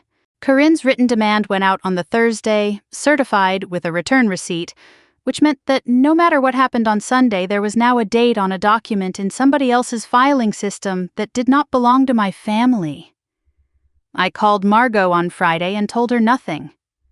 I asked one question. whether she had been invited to Sunday, and she said she had, and that it had come from Dale and had been worded oddly. I asked how. She said, "He said it would be good to have somebody there who is fair to everybody." I thanked her and got off the phone and sat with that, because I knew exactly what it meant. They were not bringing Margot as a witness. They were bringing her as a character reference. Afterward, when it was over and I had signed and gone home, there would be a neutral party who had been in the room and could say out loud, at the next funeral, that Rosalind was treated kindly and nobody pressured anybody. That is a family that has done this before. Not this exact thing, the shape of it. Saturday I put things in a bag. The receipt and release, page 11, in a clear sleeve, the sign-in sheet from Kansas City, the hotel folio, the certificate, the restaurant receipt, Corinne's letter, and the certified mail receipt stapled to it, and the green spiral notebook, with a strip of paper marking page 41. That was all.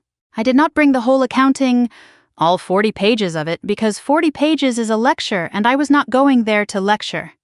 I did not bring the doorbell recording, for the same reason I never handed it to compliance. I did not bring the black notebook, because what is in the black notebook is mine. I did not write anything down to say, I have watched 100 people walk into a room with a speech in their pocket, and I have watched every one of them lose control of it in the first 90 seconds, because you cannot deliver a speech to people who interrupt. You can put a piece of paper on a table, though. A piece of paper does not need the floor. It sits there while everybody talks over it, and it does not change. Sunday was warm and overcast. Nixa is 20 minutes down the highway from me, and I have driven it 1,000 times. The cars were parked out onto the street. I counted them from the corner before I turned in, which is a thing I do. And there were 9. I parked at the end of the row, behind Trevor's work truck. I sat in my car for a second with my hands on the wheel. On the passenger seat was the paper grocery sack Ike had folded over twice at a breakfast place on Kearney Street. And inside it was my father's notebook, and on top of the sack was a thin folder with everything else in it. I picked up both and went in. The front door was open behind the screen, the way it is at every gathering in that county, and the noise came out at me the way it does. Somebody laughing in the kitchen, a television on somewhere with a game on it and nobody watching. My mother was at the head of the table, Sawyer and Trevor on the near side, Aunt Doreen and Ray, 2 cousins, Margot, halfway down with a glass of tea in front of her, and she looked up when I came in and did not look away. And that was the only kindness anybody in that room did me all afternoon. Dale came around the corner from the kitchen with a serving bowl in both hands and said, "There she is." And I said hello, and I looked past him to the far end of the table. There was a chair there with a woman in it I had not seen in a very long time, small, in a blue cardigan, with a purse on her lap and both feet flat on the floor. Beside her plate, on the tablecloth, next to the salt, was a round embossing seal. Under her chair was a leather case, the flat rectangular kind, and I knew what was in it before anybody said a word to me, because I called her on a Tuesday and asked her whether she still had her books, and she told me she had everyone since '93. She had brought the journal. They had asked her to come and notarize a signature, and she had done what she has done for 33 years, which is to bring the book, because the book is the whole point of the job. Nobody in that room understood what was sitting on the floor under that chair. I stood in the doorway of a house I have been coming to since I was 4 years old, holding a paper sack and a folder, and I understood the entire afternoon before one person had said my name twice. Bethan Ostrander looked up. Our eyes went across the length of that table and stopped. And she knew me. She had not seen me in years, and I had only ever been Charlene's older girl to her. But she had spent 5 days since Tuesday sitting in a house alone with a question she could not answer, and she looked up and put a voice with a face. She did not say anything. She put her hand flat on top of her purse. Dale said, "Rosie, sit down before it gets cold." So I sat down and ate dinner with them for 20 minutes. I know how that sounds. It sounds like weakness or like theater. It was neither. It was that 8 of the 9 people at that table had no idea what was about to happen. And some of them had not done anything. And you do not turn a Sunday dinner over on top of people who came for pot roast. Also, and I will be honest, I wanted the 20 minutes, not to gather myself, to look at them. Doreen talked about her hip. Ray asked Trevor about a roof over in Ozark that had gone bad. And Trevor said the crew had put felt down over wet decking in April, and now the whole thing was coming back on him, in the voice of a man sleeping 4 hours a night. My mother asked twice whether I wanted more, and both times I said no thank you. And both times she looked pleased I had answered at all. Sawyer did not speak to me. She passed me the beans without looking up and said something to Margot across the table about a dog. Bethan did not eat. She moved food from one side of the plate to the other, and she looked up every few minutes at nothing, and once she looked at me and I gave her nothing back, because there was no kind thing available to give her right then, and Dale was the best host in that county. I mean it without sarcasm. He got up twice for the tea pitcher. He told a long story about a man who used to come into the branch every Friday with a coffee can full of change. He asked Margot about the clinic and remembered the name of her boss. He is warm. He has been warm my entire life.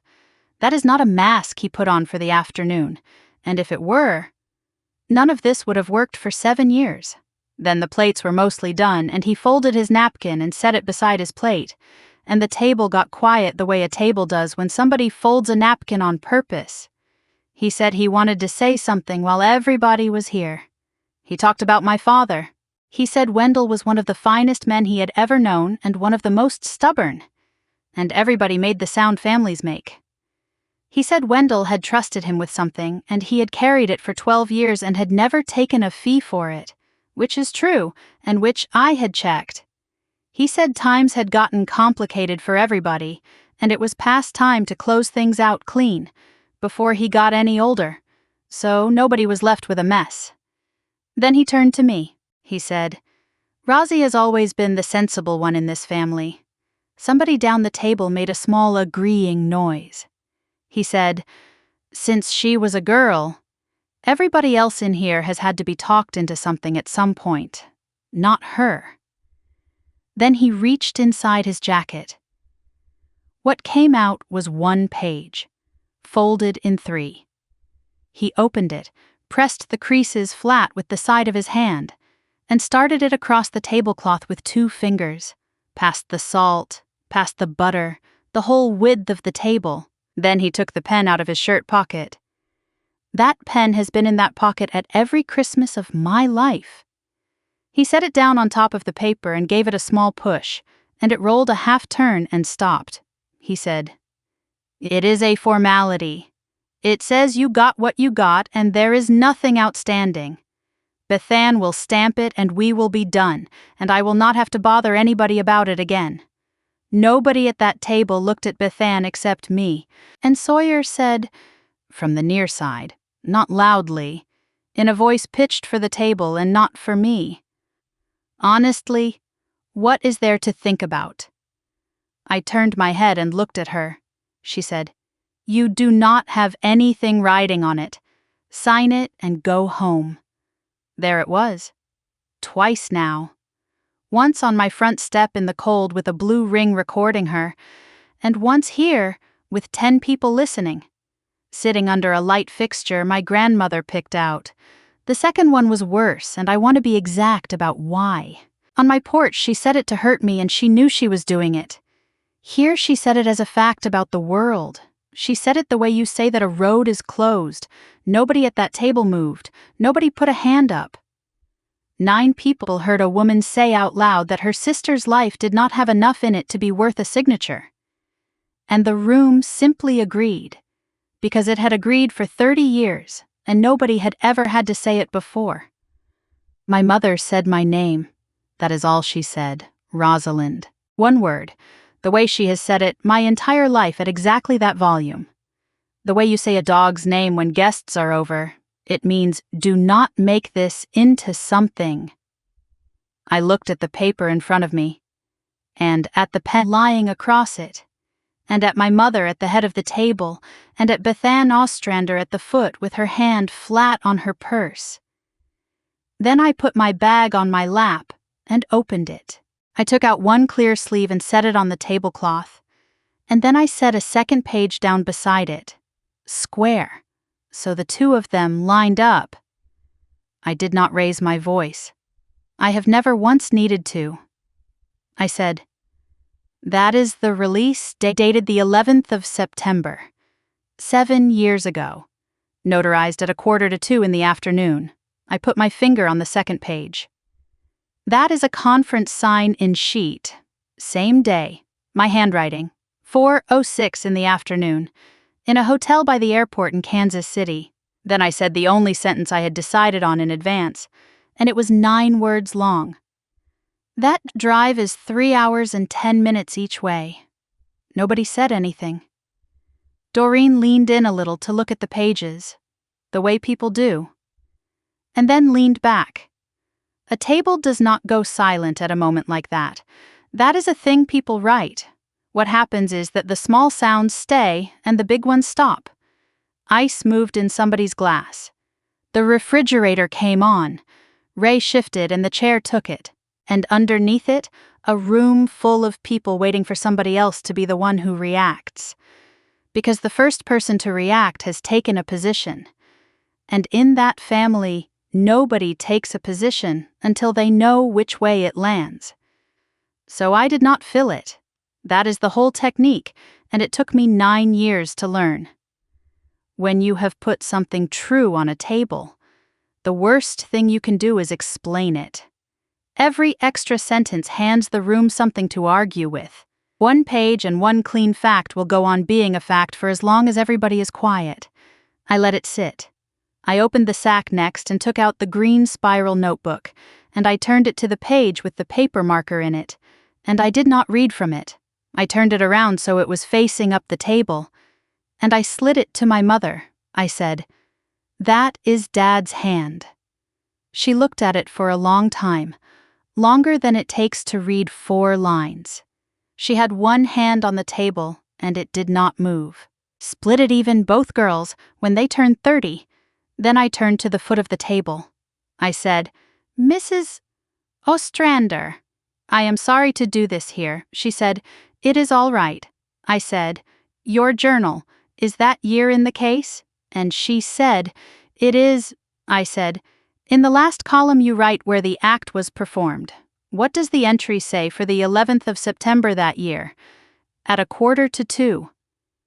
Bethan Ostrander put both hands on the arms of her chair.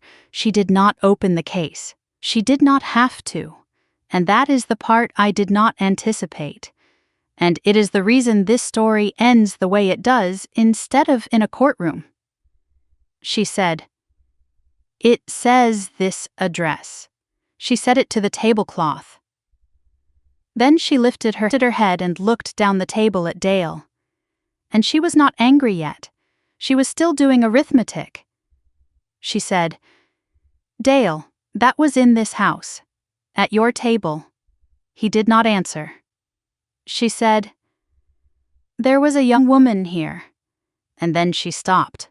Because it had arrived. She said, "I have done 61 of these for this family. Wills, titles, powers of attorney. In 33 years, I have never once asked a Prather for identification." She put her hand over her mouth. Then she took it away and said, in a voice that had gone completely flat, "I do not check the ones I know. Nobody at that table breathed. And here is the thing I will carry the rest of my life. The person who broke in that room was not the man who did it. It was a 66-year-old woman who had done nothing wrong except believe somebody for 3 decades, and it broke her in front of 9 people at a dinner table on a Sunday. And I did that. And I would do it again. And I have never once felt good about it." Dale did not argue. He did not stand up. He put both hands flat on the tablecloth and looked at them.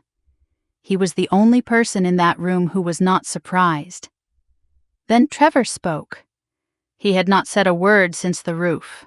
He was still looking at the notebook, which was lying face up in front of my mother, And I watched him get there.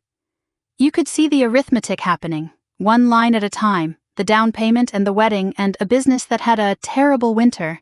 He did not turn to me. He turned to his wife. He said, "Sawyer, where did our money come from? That is the first crack in a family."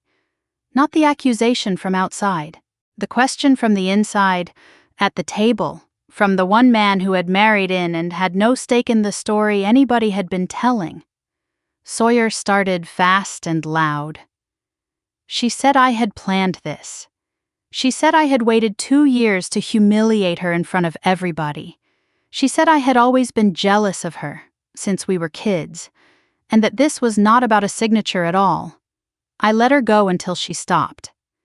Then I said one sentence to her, and I said it quietly. I said, "I do not want your house." And she had nothing for that, because it was true, and because it was the only thing she had actually been afraid of. The room sat there. Then my mother spoke.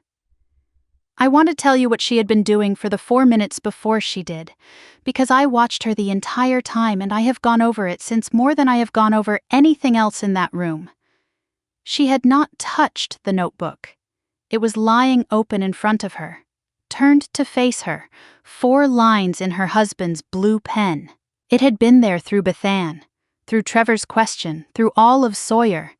It was closer to her hands than her own glass was. She never put a finger on it. Not to slide it away, not to turn it, not to hold the page down. Her hands stayed where they were on the tablecloth the whole time, the way you keep your hands still around something you have decided not to have touched. I had come into that house thinking the notebook was for Dale. It was not. Dale already knew what was in it. That page was the only thing I brought that was aimed at her. And it was not aimed at what she did, because she did not do anything. And that has always been the entire problem. It was aimed at the fact that for 12 years, a man's handwriting had been sitting 8 miles away in a drawer, saying what he wanted for his daughters. And she had spent those 12 years not asking one single question of her own brother. She looked down. It was right there. She did not. She looked up at me and she asked me the question she had brought me there to answer. "Are you going to sign it, Rosalind?" And then she said the second part, the way she has said it my whole life, as though it settles things. For the family, I looked at my mother. I was not angry. I want that on the record, because everybody assumes there was rage in that room and there was not. Not on my side of the table. Whatever had been burning in me had gone out somewhere back in a kitchen in February, and what was left was clear all the way to the bottom, like water in a glass. And in that quiet, I ran the whole thing one more time, the way you check a column before you put your name at the bottom of a finding. A parking lot outside a dialysis center with the engine off and my hands still cold. A box on a form with my mother's name typed into it by me, in June, 8 weeks after she had already told me no. 11 pills a day and 4 alarms with names on them. A ceiling I could have drawn from memory. 182 appointments and a flag on a file that never came off. A hallway with a set of doors that close on their own in 4 seconds. A spreadsheet with a total at the bottom of it, $6,800, and every figure sourced, mailed to a woman who read it, and then stood in a kitchen with $34,000 of my father's money, sitting in an account she had known about for 11 years, and said a sentence to me in a pleasant voice. And then 2 years of nothing at all. Not one call, not one card. Nobody ever asked me whether the kidney had held. And then May, and a phone ringing, and a man asking about my numbers, and a small favor, 15 minutes and a pen. I looked at my mother across that table and I understood, finally and completely, what my name had been to that family for 34 years. It was the thing they needed on a lease and a tax return and a co-signer line. It was the thing they needed on page 11. It went in every place where somebody had to be responsible for something, and every single time, the part of me that came attached to the name was inconvenient and got left in a parking lot. And I gave her back her own sentence. Same words, same flat, pleasant, 29 years of school secretary voice she used on me. There's nothing left for you. 5 words. Nobody at that table moved, because they all heard both halves of it at once. There is no money left. And there is nothing left of me for any of you to spend. My mother's face did something I had never seen it do. I stood up. I picked up my father's notebook and put it back in the paper sack. Only that, I left the release on the table and I left the sign-in sheet beside it, squared up, where everybody could see them, I said. Thank you for dinner. Dale, I meant it. I have thought about that a great deal since, and I still meant it. And I think that is the cruelest thing I have ever done to a man. Nobody followed me until I was at the screen door. My mother caught me on the walk, in the warm gray afternoon, and she said the last thing that family had. She said, "We are still your family." That does not just stop. I turned around. I said, "Family does not need a signature." Then I got in my car and I put the sack on the passenger seat and I drove out of Nixa. I thought that was the end of it. It was not. There were 6 more weeks, and one Monday morning. And one thing I had not thought of yet. Here is how it actually came out, because I know that is what you want. Corinne filed an objection to the termination and a demand for a full accounting. And once that was on paper, the thing stopped being a family matter and became a file. And files do not care who is anybody's brother. Dale resigned as trustee 11 days later. A bank trust department in Springfield came in as successor, the professional people he had described to me on the phone in May, and they went through 11.5 years of that account line by line with no feelings about it. Bethann Ostrander did not wait to be asked for anything. She drove herself to Jefferson City with the journal from that year and the 4 before it, walked into the Secretary of State's office, put them on a counter and told them what she had done, which was nothing, except believe a man she had known for 33 years and not ask a woman at a kitchen table for a driver's license. Nobody made her do that. There was no letter. I had asked her for 1 entry in 1 column. She surrendered her commission the same week. She had held it since 1993. I called her a month later. It was short and it was not comfortable. I said I was sorry it had happened at a dinner table. She told me not to be, and then she said the thing I have thought about ever since. I kept those books 33 years and never once thought about why. I thought I was being tidy. Then she said, "It turns out I was being the witness." The money came back the way money does, slowly and with less drama than anybody imagines. Some of it was recovered from Dale, who had less than everybody assumed. The 9 unlabeled withdrawals turned out to be exactly what I said they would be, smaller and sadder than you are expecting. He had gotten into something over the phone. That is all I am going to say about it, because he was 62 and embarrassed and kept telling himself he would put it back. And I have read that same file 24 times at work with a different name on the front. Sawyer and Trevor had to return what came to them, and the amount was almost exactly the down payment on that house. Trevor stopped speaking to my mother. That is still true, as of this week. Nobody went to jail. Nobody's life was destroyed. My uncle is 70 now, in the same house in Nixa, mowing the same lawn in a tie. They had to give it back. I know that is quieter than people want, but if you have ever sat where I sat, you know the fantasy was never the courtroom. It was one honest afternoon where somebody finally has to look at what they took. I got mine. Now the part I actually care about. The dialysis center on the east side ran a van for years. 2 trips a morning, 12 seats, for people who cannot drive and do not have anybody. They cut it when the grant did not renew. And after that, some of those people came in by cab and some started missing sessions. And if you know anything about that machine, you know what missing sessions does. I paid for the van. I called the administrator on a Tuesday and asked what it costs to run for 5 years. And she gave me a number, and it was less than a used car. And I said, fine. I did not put my name on it. There is a small brushed metal plate inside, above the door. On the left, as you climb in, it has my father's name on it, Wendell Keever. Under his name is one line, 4 words long, taken off the last page of a green spiral notebook that sat in a machinist's drawer for 12 years. I am not going to tell you what it says. The first Monday it ran. I was in the parking lot at 6:40 in the morning with a coffee, and I watched Ozella Dunbar come down the walk with her bag and get on it. She is 73 now, still in that chair 3 mornings a week, still never going to get a kidney, still knitting. There is a woman in the 4th seat who has had a pair of gray socks since March and does not know who to thank. I had a pair on that morning. I have had them 3 years. There is a hole starting in the left heel, and I have been putting off saying anything about it. As for my family, once a year, in April, a card goes in the mail to my mother. I sign it and I mean it, and that is the entire account. I am not interested in slamming a door and calling it healing. The door stands open exactly as wide as it should, which is not very wide, and I am the one who sets it now. Here is the true thing, and then I will let you go. For 34 years that family needed my name. They needed it on a lease and a tax return and a cosigner line and a caregiver form, and once, on page 11 of an accounting, badly enough that somebody sat at a kitchen table and drew it.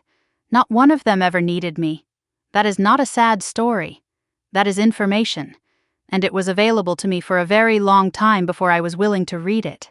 So if there is somebody in your life who only calls when there is something to sign, something to cover, something to carry, and who has never once called on a Tuesday for no reason at all, you already have the file.